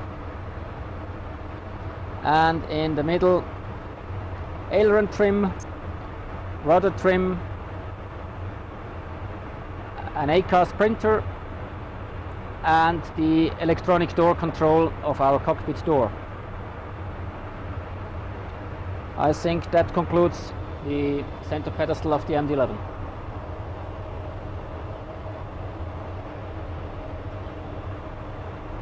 Okay, just some information about our intended approach into Buenos Aires runway 11, which is most probably our landing runway. We'll hear that later when we receive the ATIS information. I can show you down here the whole setup. I expect an approach. We come in from the northeast, usually straight to the field over the Asia VOR, and as I expect the runway 11 is now in the FMS is programmed this base turn to the south and turning in on an ILS approach runway 11. Very often, as the weather is very fine, you get visual approach clearances. The best thing would be to get direct to a left turn base and turn in visually on runway 11. You see the airport setup on this page. Buenos Aires has main landing runway 11 or 29, and mostly used for takeoff runway 1735, 3,300 meters or 3,100 meters long. Our parking position is usually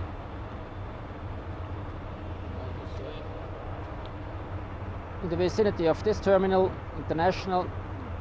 So the best way for me would be a landing on runway 11, a clearance to turn into the runway 17 for taxi, and leave via this taxiway number Charlie and park somewhere here. We will get by ACARS the information where our parking is.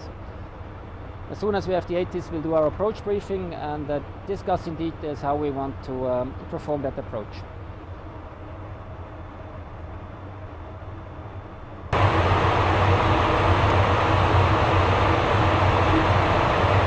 Okay, let's do the approach briefing. We expect ILS approach runway 11. With any option, visual approach 11, left hand, right hand, visual approach 35 would be the best option if you see the field. Anytime, feel free to call field insight, and then we make visual approach for that, whatever we get. And the flight management system is programmed ILS runway 11, number 2 procedure. That goes overhead Buenos Aires, then base turn to the south, 10 miles, base turn right, 2,200 intermediate approach altitudes, glide path intercept 3 degrees at 6.7 DME ILS, outer marker Oscar Charlie 1350, and we set the minimum of 260 feet bottle. You are ahead. 260 is cross-checked. Runway 11 is 3,300 long, 60 wide. We, as discussed, reverse, no auto brake, and we try to get the clearance to turn into runway 17. In case of missed approach, straight at to 500 and a right turn, radial, no, track 125 to 3,000, then according ATC. With that low weight, we make a full cleanup. Setting is 3,000, heading about 125. Overall, the clearance limit right now is PAPIX, and the sector altitudes are 3,000 feet all around. In the secondary flight plan, I have already programmed runway 35. That would be the option for a visual approach 35 if we get that.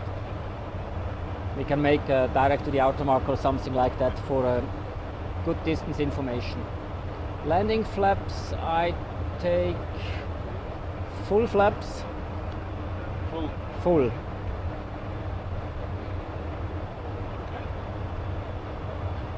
Yeah, that's it.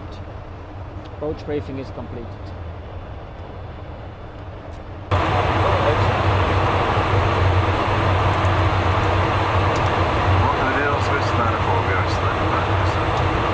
It's 294, descend now to flight level 100. Leaving 350, we are descending 100, flight level 1, space 9.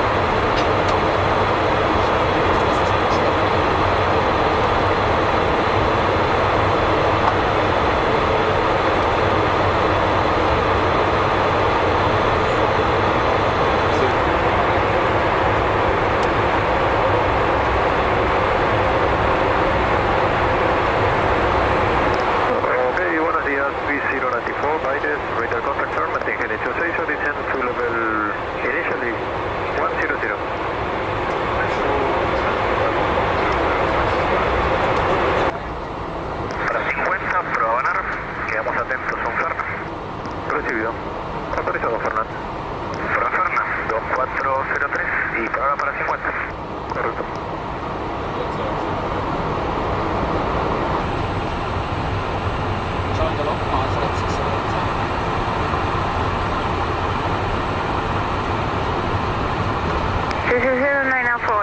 Continue turn left heading 120.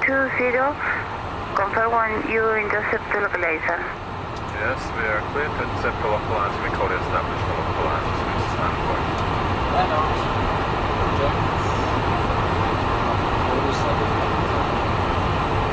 Russia. 8 nautical miles out of severe contact now. Tower frequency 118.6. Resume our navigation. Goodbye. Goodbye, see you later, Swiss 94. Genau. Light stops and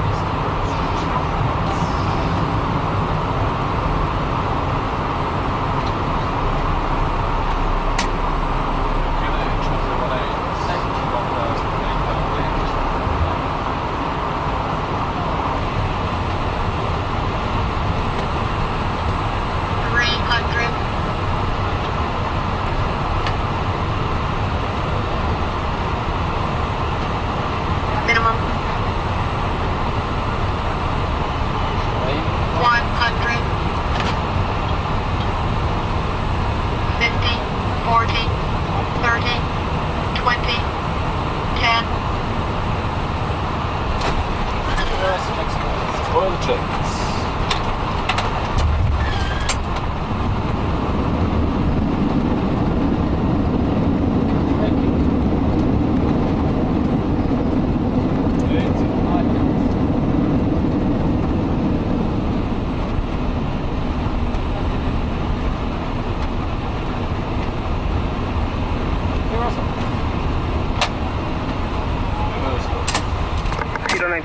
On the ground 56.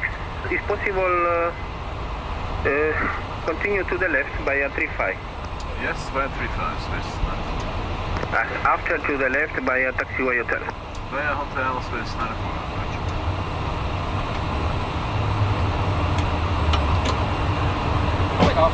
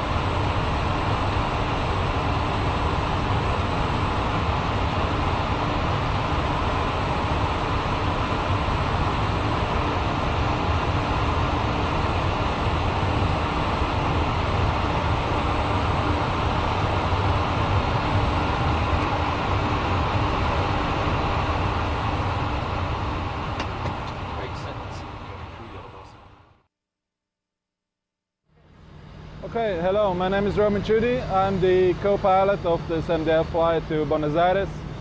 We just arrived here from Sao Paulo and we are doing now the outside check. So you follow me, I explain what we are doing. We start at the nose.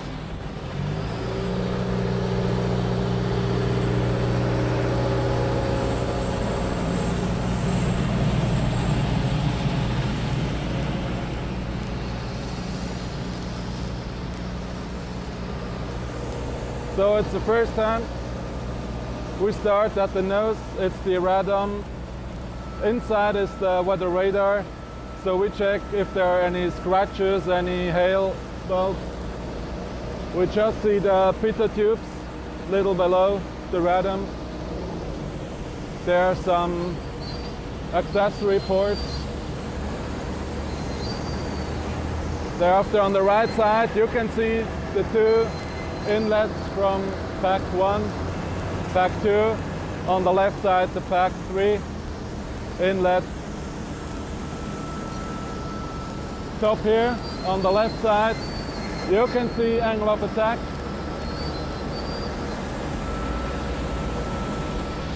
it's the main information for the captain, and on the right side is the information from the co-pilot.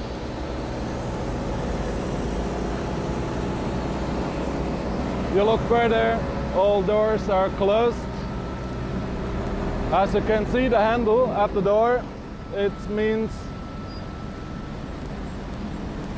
that it's not secured yet, so the cabin door is not armed. Further on, you look for the landing lights in front here, that they're in, not broken, and all doors locked. We are looking for the tires, if there are any foreign objects inside the tire.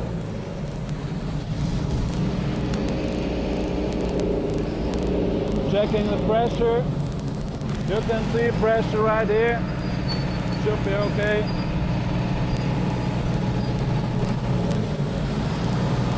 Further on the whole compartment, if there are any leaks, there's some hydraulic fluid coming out or not.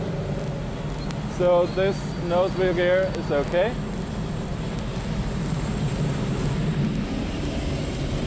With the right wing, even here you can see if there are any damages on the front side of the wing. Looks good from here. Thereafter we check the engine inlet, fan blades. There are no dents, so no birds we swallowed. And even below, if there are any drops to see or not.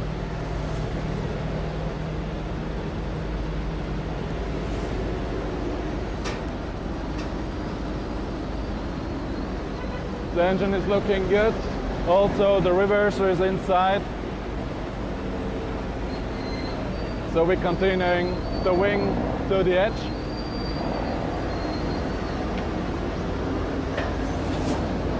You can see the fuel bulk is properly closed now, so the fueling is completed. Inside the cockpit is now the message, no more refueling.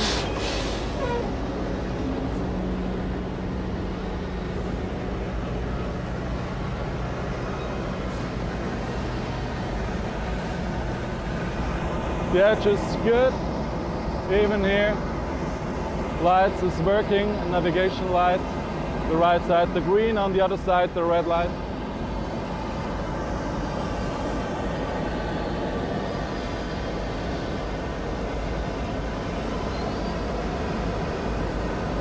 On the right side we can see the vent box. It's up here for ventilation of the fuel tanks. Even here it's the outlet from the fuel dump system. If you have to dump fuel on either side, left and right, we are losing about 2.6 tons of fuel a minute if you have to dump fuel and land again with a lower weight. Also here we are checking the tires. They're scrubs. This is normal. Even for a landing, the tires have to increase the speed from 0 to 320, 350.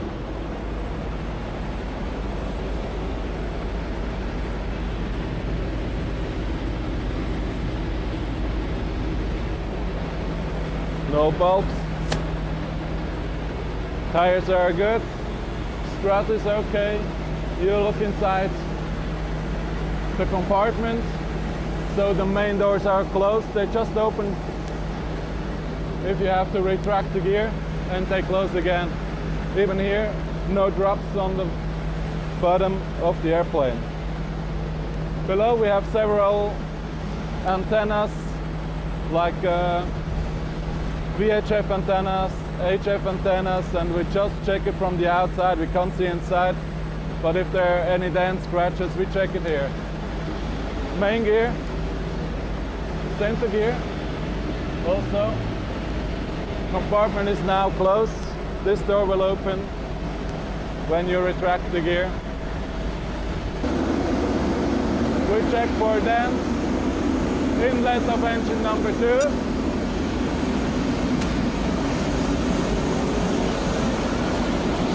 The empennage is okay.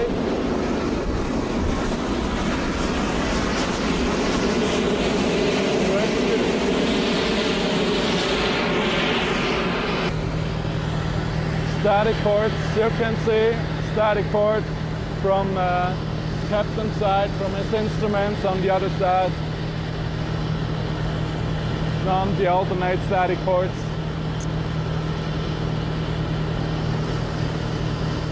And below the diverse antennas, everything is looking good. So this is the outside set. Finished now, we go upstairs and make the preparation. So we are down in the avionics compartment. It's quite narrow, quite loud. The air conditionings are in here as well. But it's a fascinating place. Quite hot as well. If you go up, you can see all those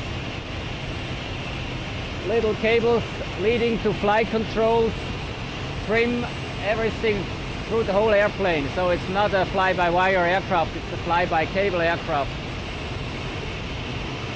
Otherwise, a lot of racks, a lot of computers and instruments. Which is quite unique are these cameras. They are infrared cameras and belong to our miscellaneous smoke detection system.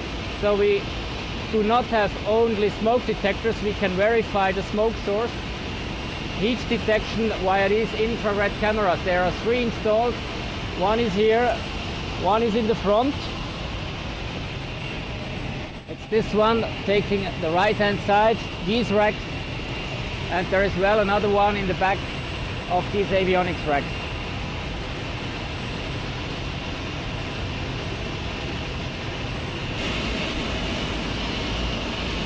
So I have to read it as well, as I don't know the system. This is a TCAS computer, data link. Down there, miscellaneous system controller. I see here environmental system controllers. These are the controllers which we can control via the overhead panel. ILS VUR marker. What else do we see here? I don't know. Yeah, it's not smiling. Weather radars, 2 boxes here.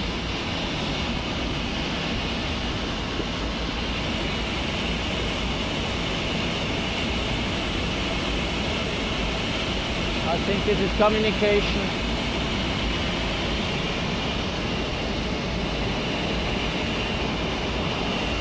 These machines here, we have 3 computers creating the pictures on the display unit. So this is a display electronics unit. We have 3 of them. This is the centralized fault and display interface unit, which stores and memorizes every fault which is generated by the system controller. Yes. Hydraulic system controller. Another data link. What else? Another VOR.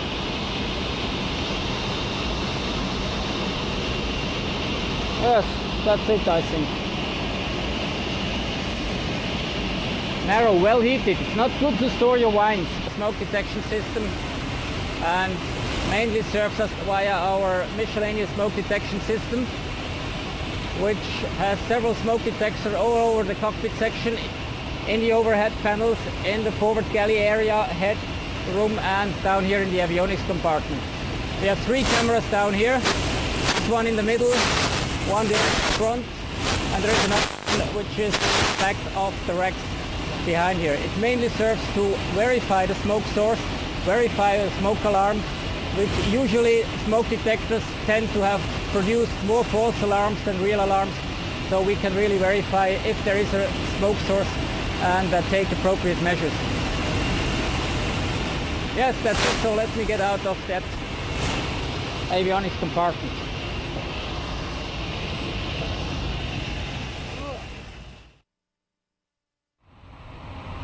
Habt ihr zum Trinken noch alles, was ihr braucht? Das ist gut. Mit Wasser und weil ich Wasser. habe das Gefühl, dass ihr nachher ein bisschen stressig Also können wir dann Kaffee machen? Ja. Okay. Sorry, Jess, wir werden vielleicht ein paar Teller und so führen gehen, aber sicher bin ich ja nicht. On verra.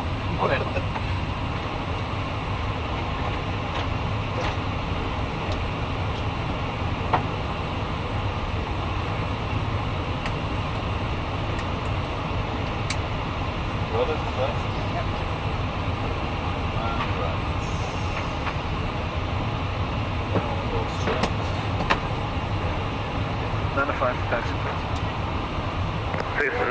5, clear taxiway Juliet, Alpha holding point 17. And for the moment, hold short of taxiway Charlie. There is Iberia next to enter on position number 5. Okay, Juliet Alpha holding 17, be hold short of Charlie Swiss 9. Affirmative. After Iberia, continue to taxiway Alpha. Okay, after Iberia, we continue taxiway Alpha Swiss 9.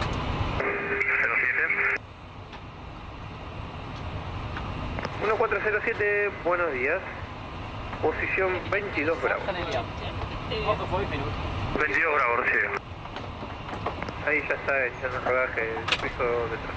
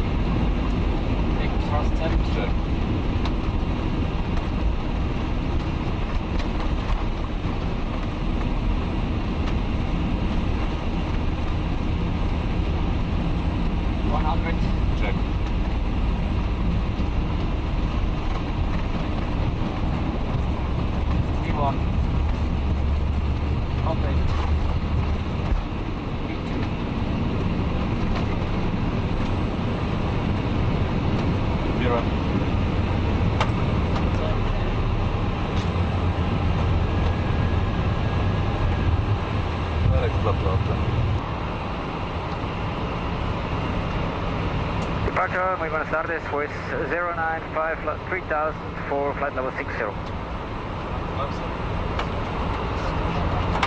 095 Ezeiza, good morning, identify 4 nautical miles southeast Ezeiza, maintain 60 La Plata. Turning flight level 60 to La Plata, Swiss 905.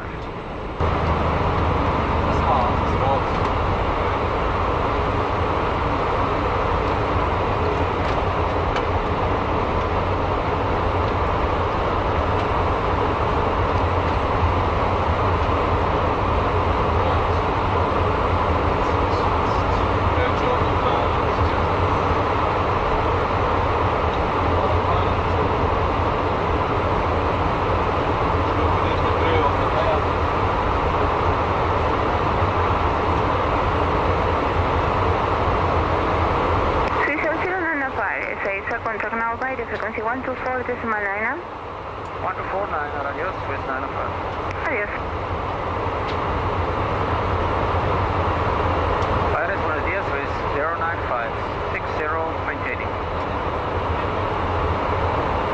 095, good afternoon, identify, clear to claim flight level 370. Clear flight level 370, Swiss 905. 1528, comuniquen ahora con el 6 a norte en 245, otra vuelta. En 245, chao, gracias. Vaya, muy buenas tardes, American Falcon 5541. 5541, buenas tardes. Próximo al cargo, respondiendo 6126. 5541, están identificados, pongan prueba La Plata, luego a E6 y notifiquen para descender.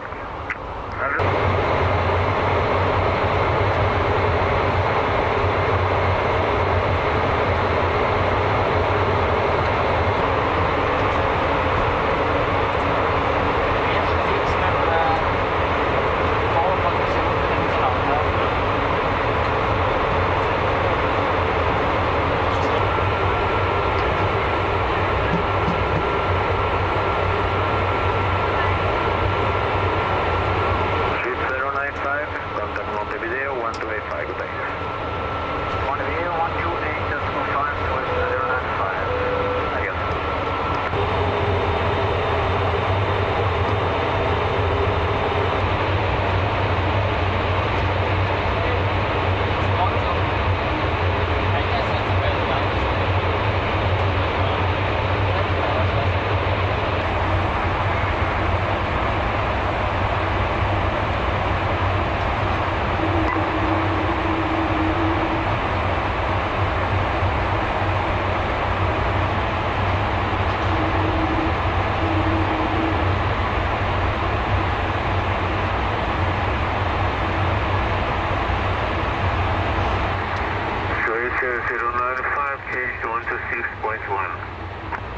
6.1 for 095, one year.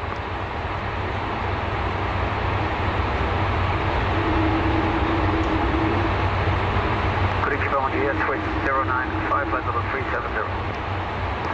Here, switch 95, remain radar surveillance direct to pit intersection, switch 95. 095, level 370, direct to pit.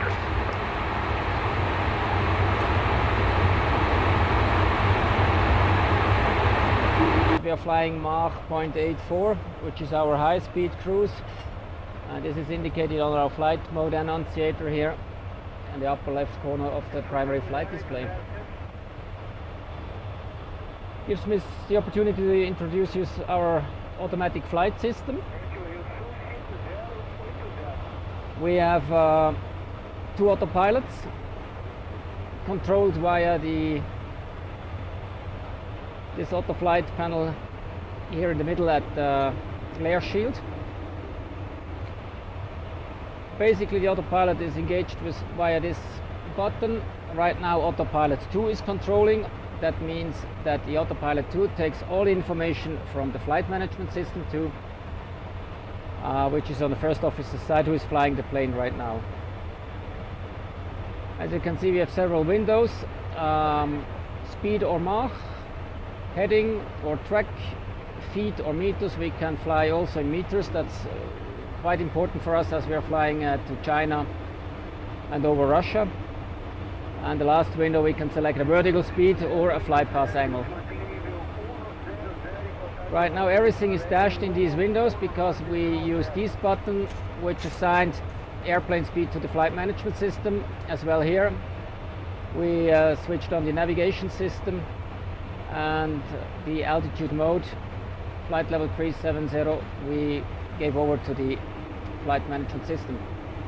This is indicated on the flight mode annunciator. As it reads then the actual flight mode, Mach 0.84 is controlled by the thrust, navigation 2 is active, is autopilot 2, and the airplane holds 370. The magenta color indicates that all the information comes out of the flight management system except the Mach 0.84, which we entered manually and assigned it to the flight management system. We have the possibility to fly a heading or track. Let's see if we make a little left turn. It shows now here heading 049er in white, which means that's a manual inserted information. If I switch it back to navigation, it immediately turns back on course. The navigation is based on 2 GPS receivers, 3 inertial platforms, and in addition a radio update. Each flight management computer calculates its own position. Here is a position summary. You see we have 3 positions coming out of the inertial platforms and 2 GPS positions. Right now 9 satellites, that's little 9 here in the corner, 9 satellites are tracked simultaneously. And of course the deviation, is the last figure, is 0000 as we are flying GPS primary. The inertial platforms are more or less 1 nautical miles offset with their calculated position.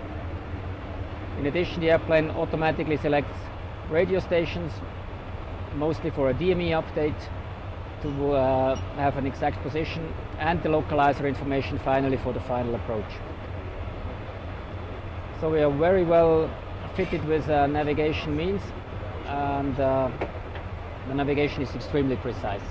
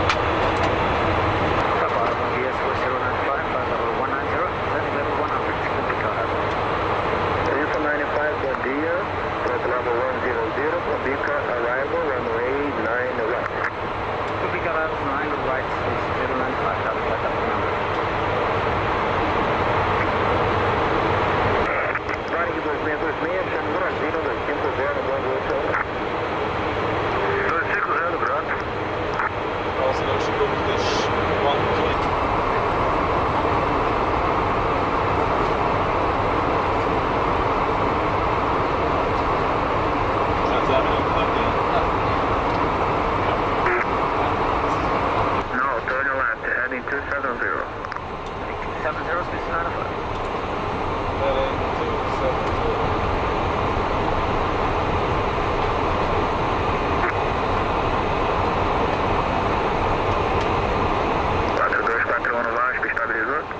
Bati o chão.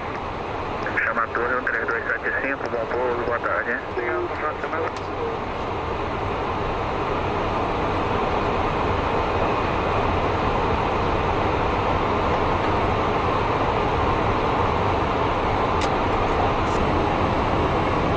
DJ flaps gone 5. Please check speeds.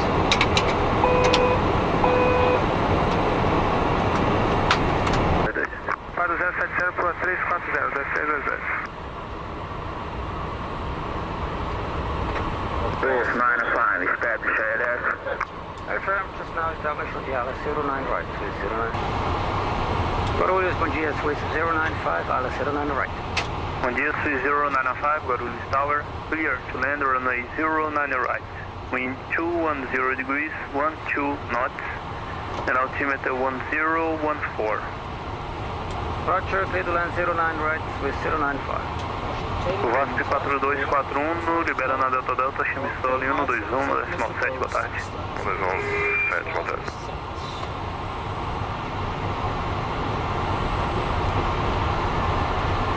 Get on, check for approach. Break off.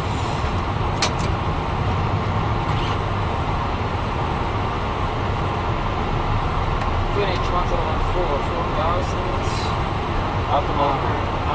Check. Approach check is completed. Altitude correct. Minimum 2660 on visual. West approach at 50.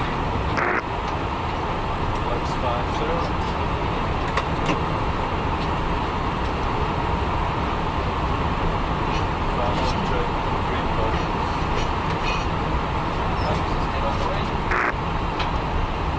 Flaps 507. Final check completed. All set clear to land. Momentum headwind. All finished. 1075.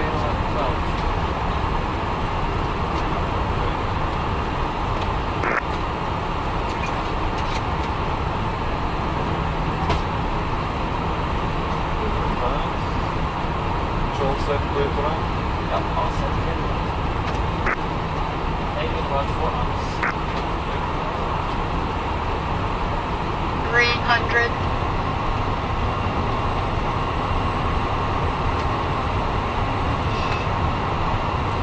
30 knots crosswind.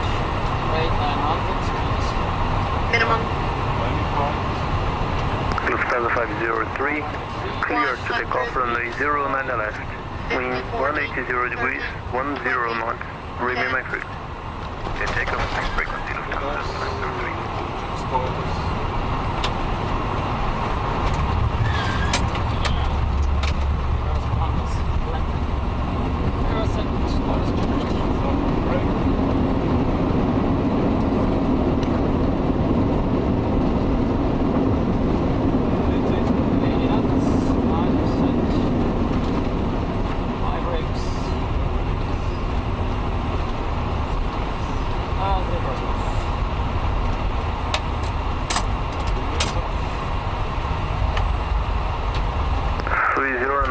Ground at 30, hold short, runway 09 left.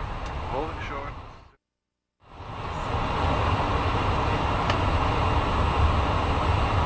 Solo Guarulhos, é o Ibéria, muito boa tarde.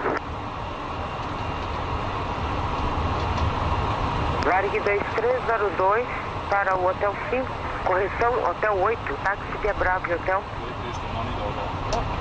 Lights off, please. Solo, boa tarde, 2322, 2322 Hotel 8, Bravo Hotel.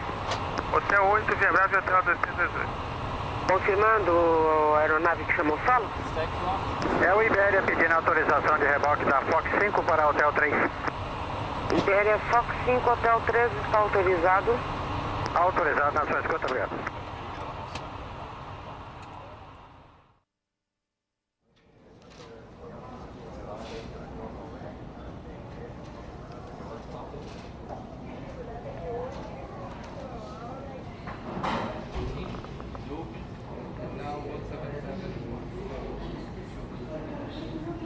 I'm the duty engineer here in Sao Paulo. Swiss has approximately 15 stations worldwide where engineers are based out of Switzerland. And here, the MD-11, we prepare it for the departure, which includes a pre-flight inspection to make sure that the aircraft is serviceable. It will be refueled, and about approximately 20 points on a departure checklist done, which includes verification that no damage to the aircraft has occurred, as well no fluid leakages, and that it is serviceable. Now currently we're refueling the aircraft. The fuel has been, the final block fuel for departure has been set to 102.3 tons. And we refuel the aircraft at the moment with 2 browser units at an uplift rate of approximately 3,000 liters per minute.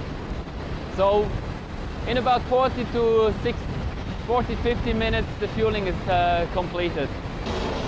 Up here we have the refueling panel, and it is done automatically together with the flight management system, where the fuel quantity is entered, the final fuel, and together the fuel quantity computer and the flight management system, they manage the refueling of the aircraft. And the fill valves, they are automatically controlled by the fuel system controller. After the fueling is completed and also the loading of the aircraft has been done, it is important to check that all doors are closed properly and secured. Especially the non-plug-in type doors like the cargo doors, which open outwards and not into the fuselage, that they properly lock. And all the ground equipment has been removed. This is actually the final part of the pre-flight inspection. And so the aircraft will be ready to fly and ready to push back for departure. So welcome to our flight back from Sao Paulo to Zurich, Swiss flight 097. It's 4 o'clock in the afternoon, and we did our flight preparation. Flight is traditionally quite full, so usually overbooked, and that's our main problem, is to calculate the departure performance-wise. As today we have to take care that we get headwind on the runway. Wind is now a little bit from the side, so we have crosswind, and that makes it quite difficult to limit the loading and to optimize the fuel. Flight planning is based again on a track comparison sheet. You can see it here, which compares 7 routings. Decision was made on routing number 6 with 10 hours and 57 minutes flight time, compared to 11:08, 11:20, 11:07 down to 11:05. This routing takes us from Sao Paulo to Salvador, then to Recife, where we start the crossing of the Atlantic, over to Dakar in Senegal, then towards Algeria, leave Algeria over Churchill, over the Balears, and then we reach Europe over Nice and follow the French Alps towards Geneva and Zurich.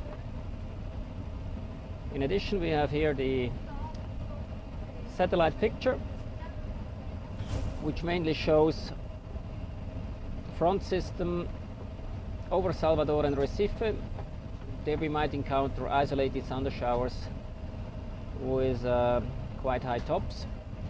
Then later on, a little north of the equator, the Enotropical convergence zone with isolated thunder showers.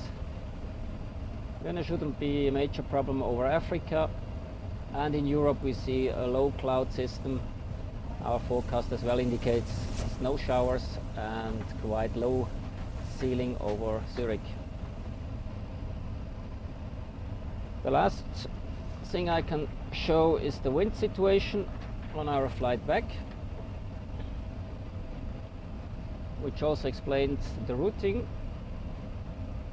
Initially we have weak winds, then westerly winds over the Atlantic, and then it turns towards a tailwind with about an average of 40 knots from behind until Switzerland. If you would fly outside in the Atlantic, as we did on our way to Sao Paulo, we would have a headwind component.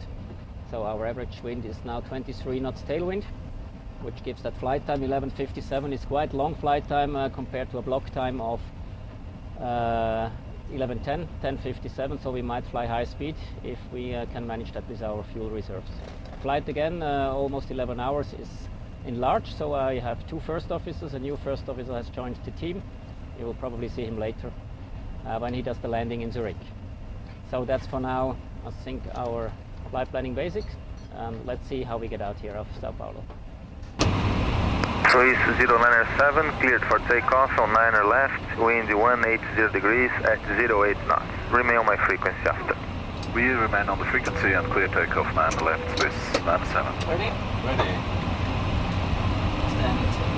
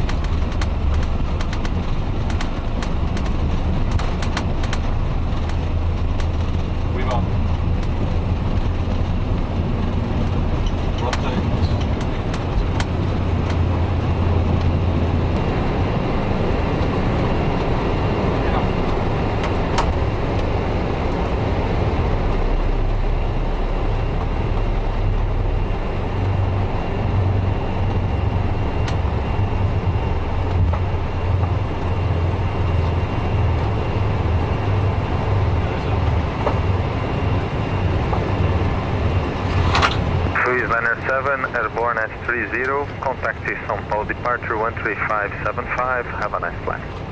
Thank you, goodbye, Swiss 97. Bye bye.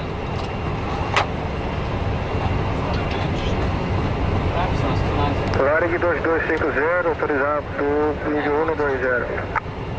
Autorizado nível 120, Varig 2250. São Paulo radar, via Swiss 97. 4,400 climbing 290. Swiss 97, radio contact and surveillance, climb to flight level 290. We're climbing flight level 290, Swiss 97.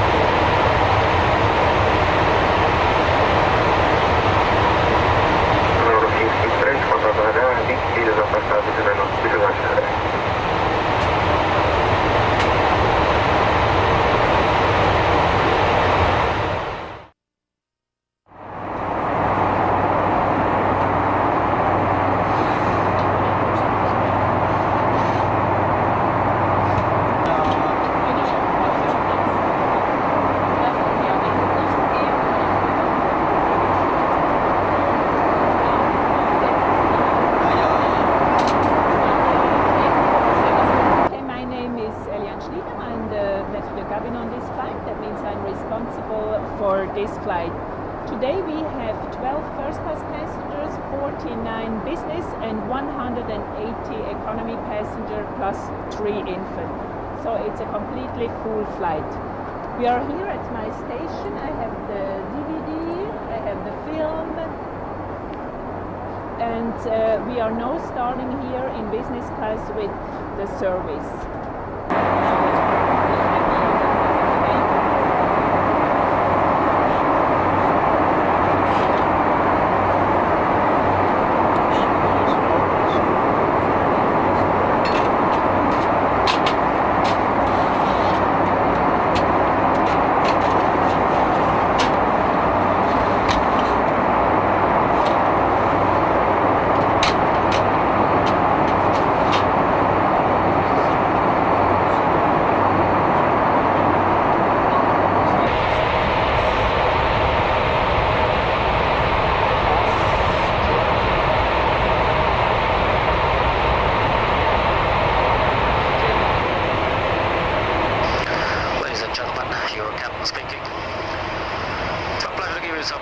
From the flight deck concerning our flight to Zurich, the second leg from Sao Paulo.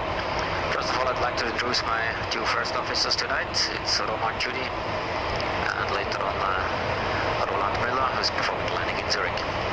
It's our pleasure to have you on board of our MD-11. As you might follow on the video screens above, we have passed the city of Belo Horizonte a few minutes ago. Our heading right now takes us to Salvador. Then we'll follow the coastline to Recife.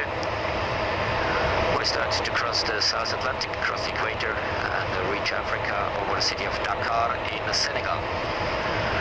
After we continue over African territory, over Mauritania, then to Algeria, and cross slightly west of Algiers, over the Mediterranean towards the Balears, that means over Mallorca, thereafter Menorca.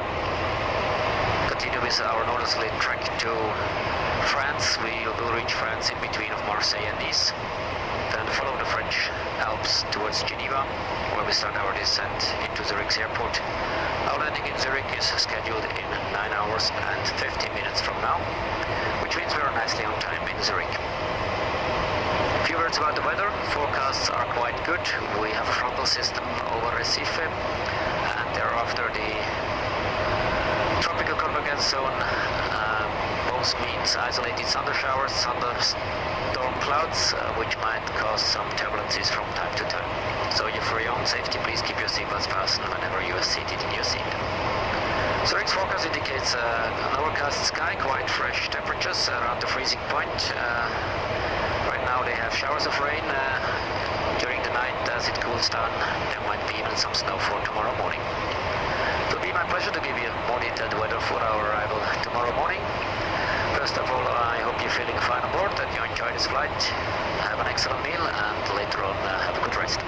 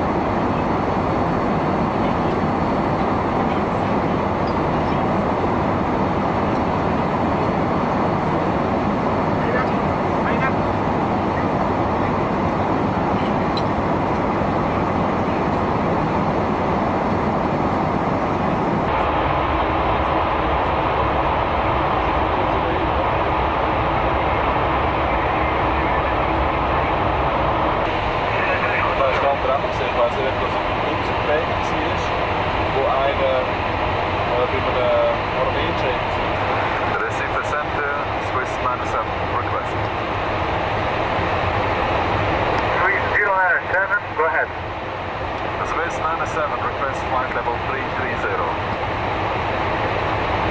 3097, climb and maintain 330, report reach. We are leaving 290, we are climbing flight level 330, cordial region, Swiss 97. Recife, boa tarde, Penal 743, cruza 150 para o 390. Penal 743, boa tarde, acione identificação, paparático 390.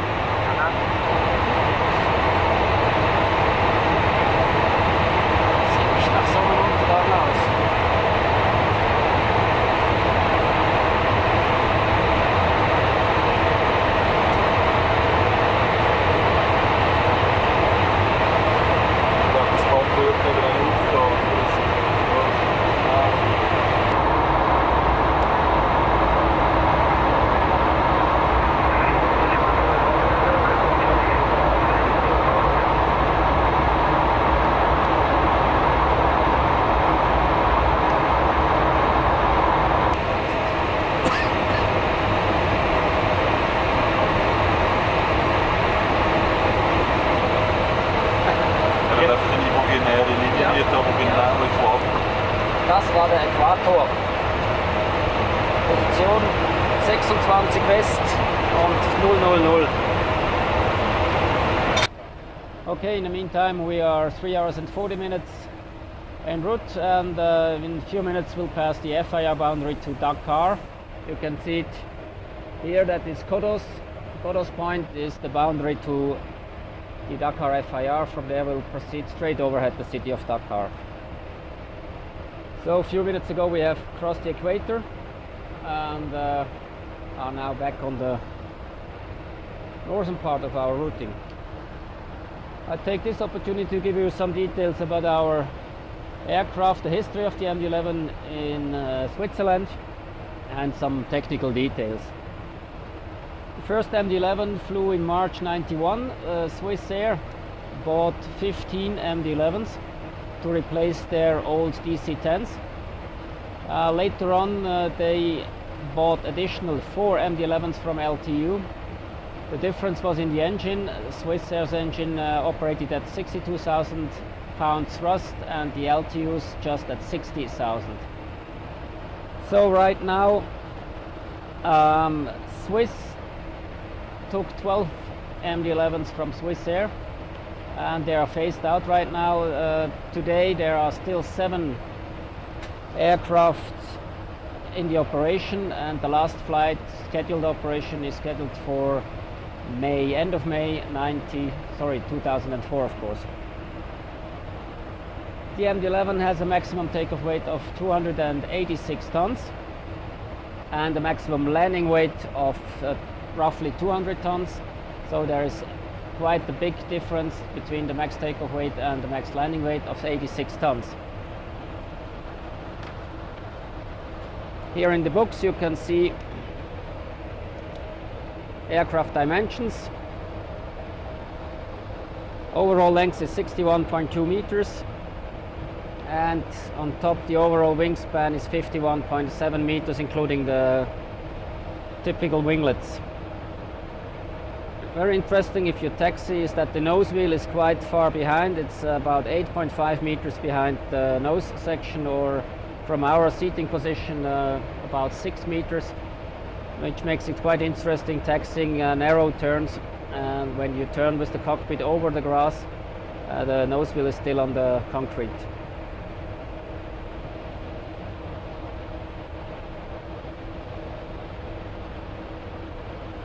As you noticed, we are flying 1 captain, 2 first officers tonight on this enlarged flight. It's quite interesting to know that for every airplane we are operating, we need about 10 captains and 15 first officers.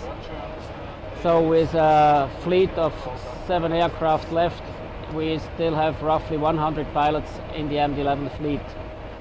The simple reason is that we have to cover free days, vacation, military services and so on. And that's quite a large number, 10 captains, 15 first officers per airplane, which is a huge cost factor. And it's obvious that you can't make the prices for the flights on long-haul routes very cheap. Barcelona, buenos días, Swiss 097. Sí, 097, buenos días. Flight direct Luma, squawk 5552.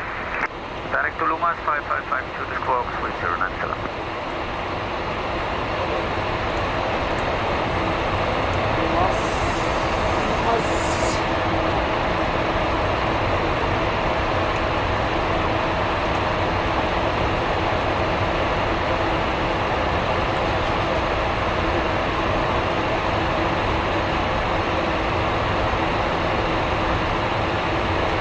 Almost left too. Palma. East 11?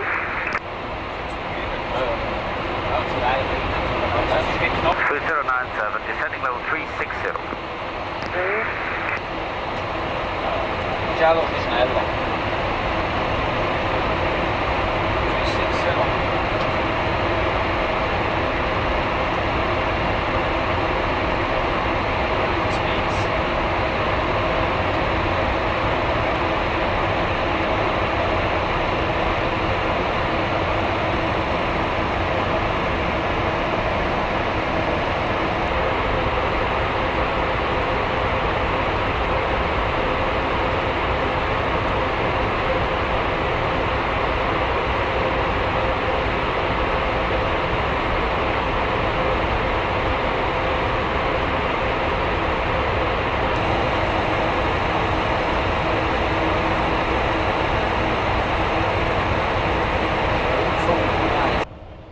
My name is Roland Müller.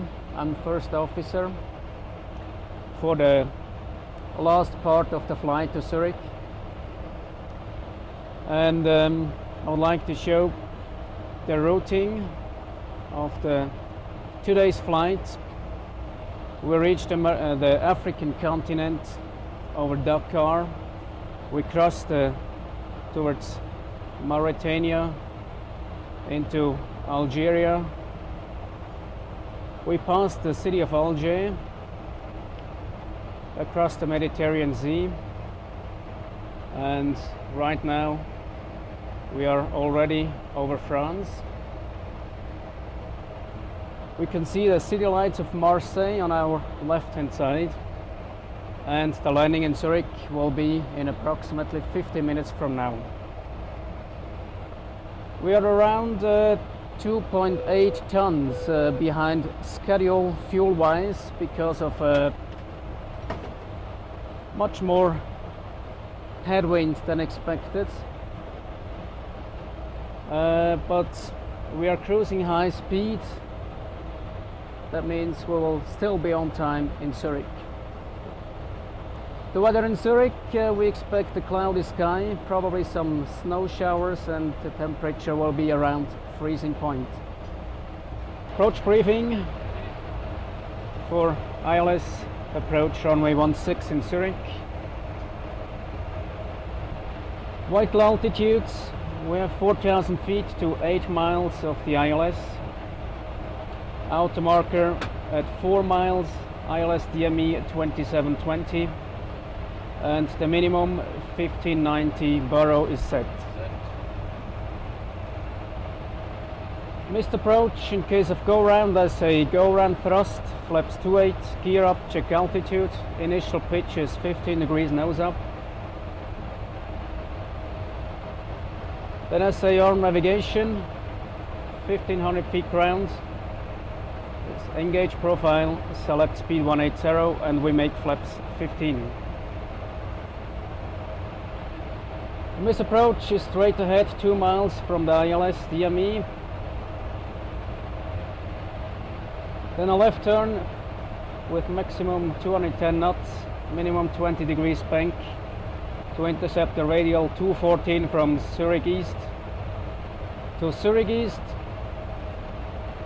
At Zurich East we intercept the radial 352 to Safa. We climb to 5,000 feet. The settings 5,000 feet and runway heading. Runway is 3,700 meters long. We have standard category 3 approach lights. I will land with flaps 50 and idle reverse. On navigation 2, I will set Claude and VR, and navigation 1 will leave open. Okay. Thanks. Approach briefing completed.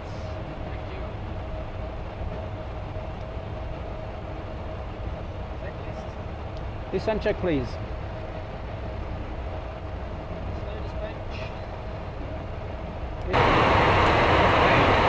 3097, radar on 13567, goodbye. 3567, bonjour, Swiss 097. Merci pareillement.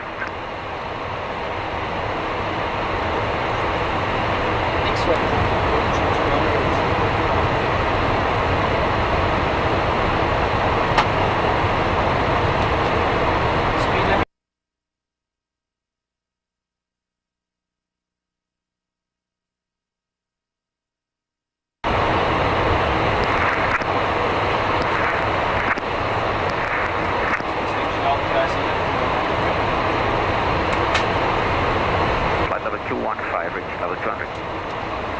Swiss 1851, speed 220 knots. We reduced already 200, is that okay? 200 is fine, thanks. 57 warning identified, direct to exit.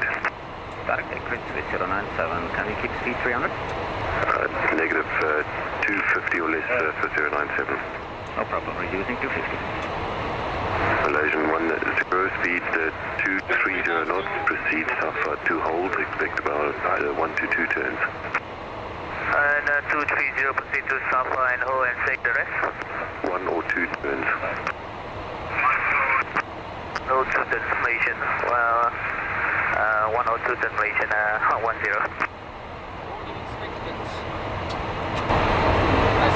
Malaysian 10, descend to flight level 150. 150, Malaysian 10. Swiss 243, speed 230 knots. Speed 230 and maintaining level 210, Swiss 243. 243, descend to flight level 180. Clear now, flight level 180, Swiss 243.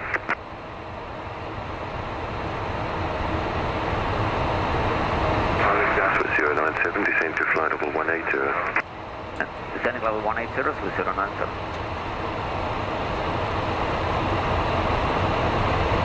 Final speed 180.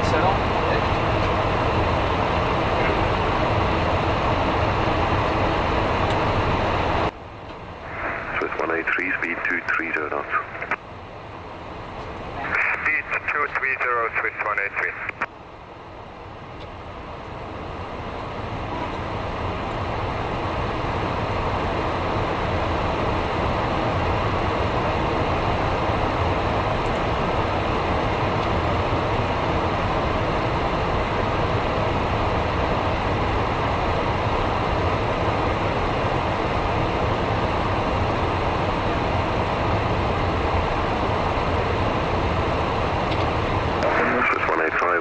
Enter the hold itself, expect 1 hold. We'll enter the Safa hold, Swiss 1851. Firm contact arrival 12075, bye-bye. Merci.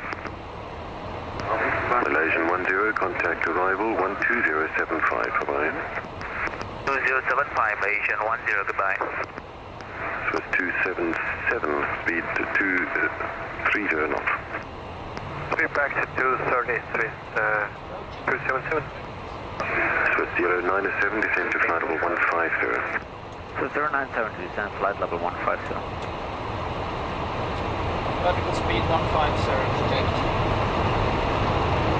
Reaching level 240. Swiss 155, further in 15 miles. Roger.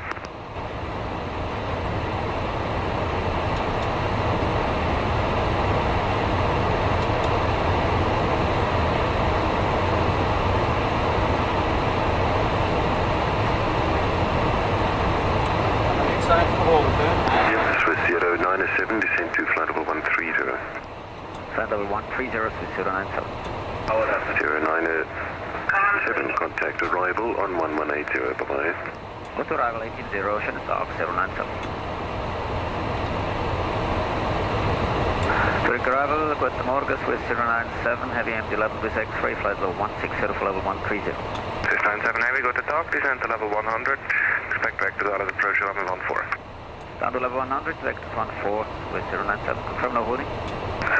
Negative for long approach, it's reduced to 30 knots. Great, 230 knots, Swiss 097. Swiss 289, 10 right, any 070. Heading 070, Swiss 289, and speed of the proceeding? Swiss 210, what is your speed? You're reducing slowly 220. Thank you. 9710 left, heading 340, vector 14. Heading 340, vector 14, Swiss 097. Heading 340,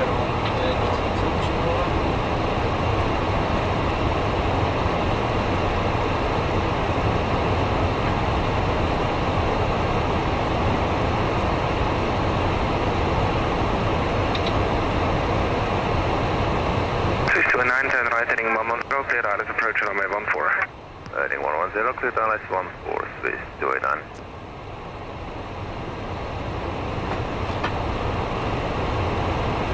Established 14, Swiss 2585. Thank you, that's 2585, speed 160 knots, so rated to the ME5 and your number 1. 162.5, Swiss 2585. 2585, contact tower 1181, howdy. Howdy.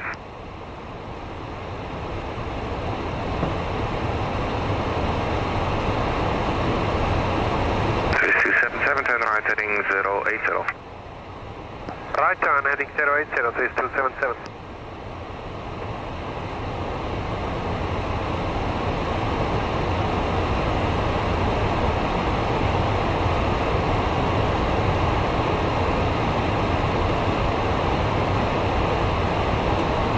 Swiss 97, turn right heading 070.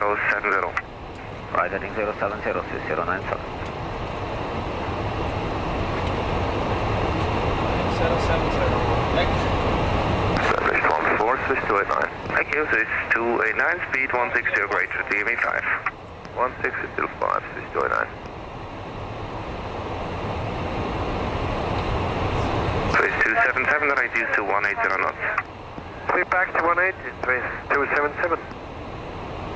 Swiss 289, contact tower 118.1, how do you? En schöne Sonntag. Dag, geliefert.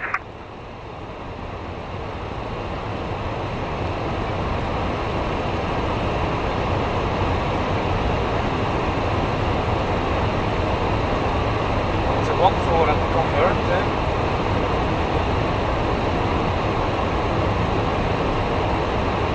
Swiss 277, turn right heading 110, descend 4000 feet, clear Dallas, runway 14. Right turn heading 110, descending 4,000 feet, clear Dallas 14, Swiss 277. Swiss 97, reduced to 210 knots. Speed 210, Swiss 97.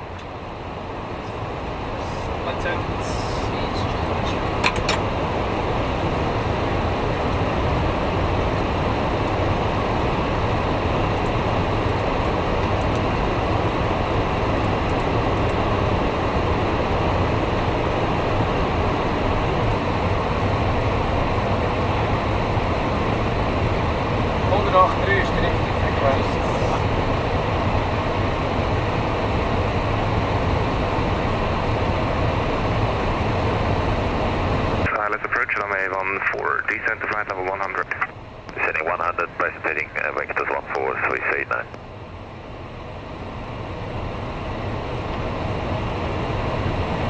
Clear Dallas 14, speed 180, Swiss 97. 115. Swiss 277, reduced to 160 knots. Sweep back to 160, Swiss 277. 180 west. That's 157. Checked. Line is armed. Checked. Runway 14. Hi, left for the 144, Springbok 274.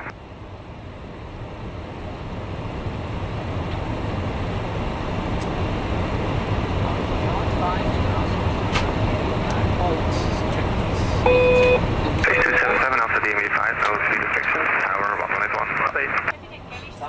Other emergencies is 277.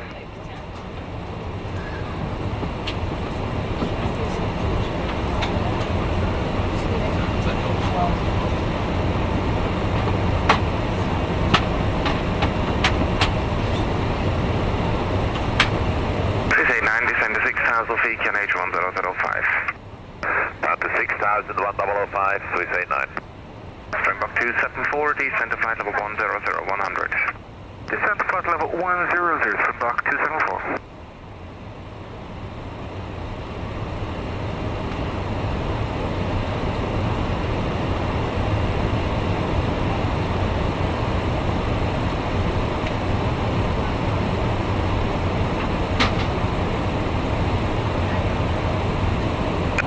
Reduce to 160. Speed 160, Swiss 97. Let's do it.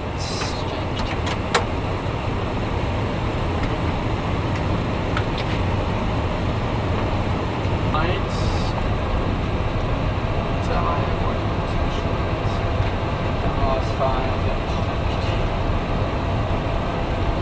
Swiss 89, left heading 340 for downwind. Left 340, Swiss 89. 89 around 30 miles. Okay.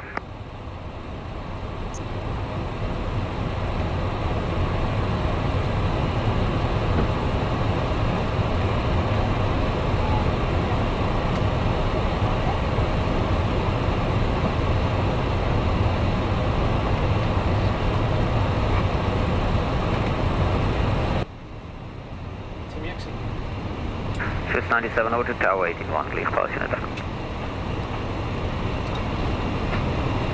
Tower to Morgan, Swiss 0978 miles and 14.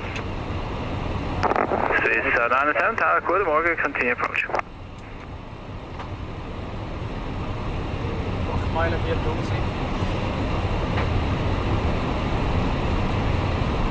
Malaysian 10, the wind 360 degrees 2 knots, runway 14 clear to land. Runway 14 clear to land, Malaysian 10. Swiss 1851 again, short of 28 and Juliet. Swiss 1851, tower on Juliet, cross 28, contact apron on to 1.75. Adi. Crossing runway 28, taxiway Juliet 1175, Swiss 1851, Adi, Messi. Swiss 277, contact apron on to 1.85. Okay, Swiss 277.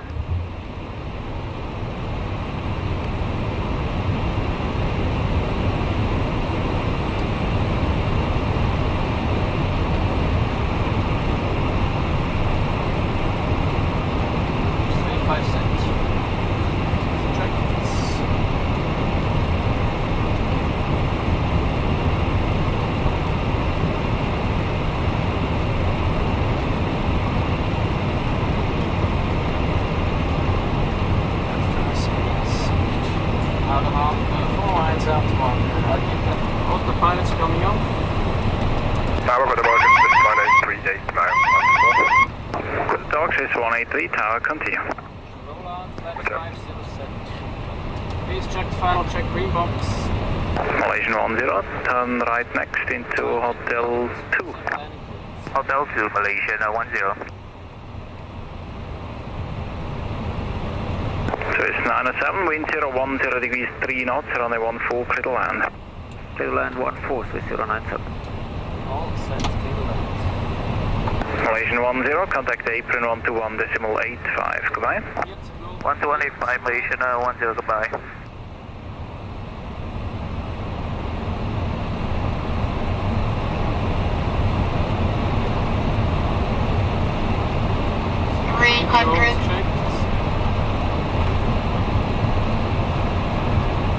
Swiss 277, back.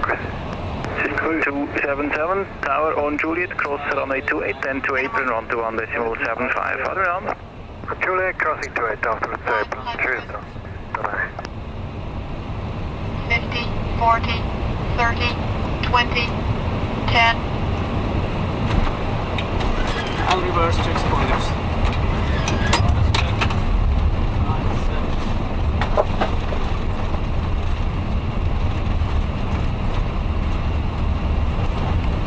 Starting brake.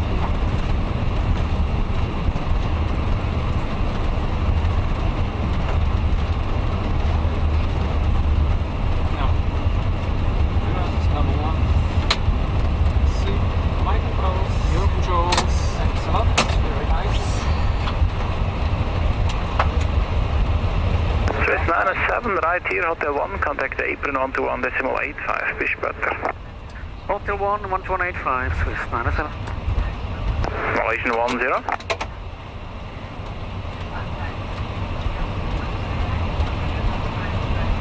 April good dog, Swiss 907 vacating 14. Swiss 907, grüezi, continue via taxiway Hotel Kilo Bravo Juliet, hold short, runway 28. Via Hotel Kilo Bravo and Juliet to hold short of runway 28, Swiss 907.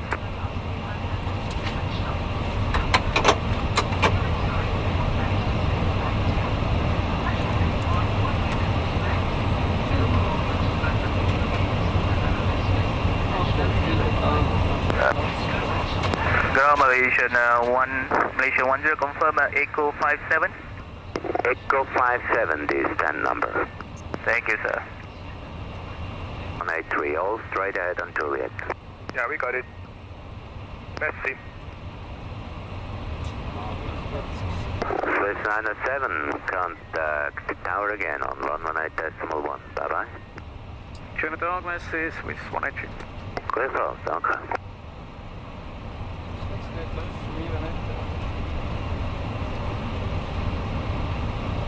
Tower again, Swiss 1. Correction 97. Swiss 97 tower on Juliet, cross runway 28, stand to apron onto 1.75. How do we know? Cleared across runway 28.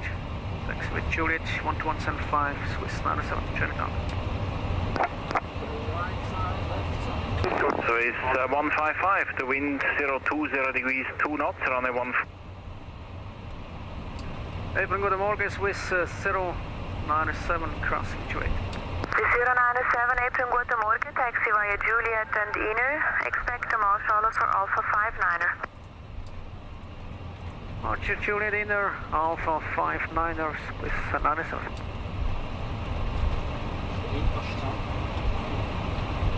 Apes available, 3 dead, 3 off, protocol.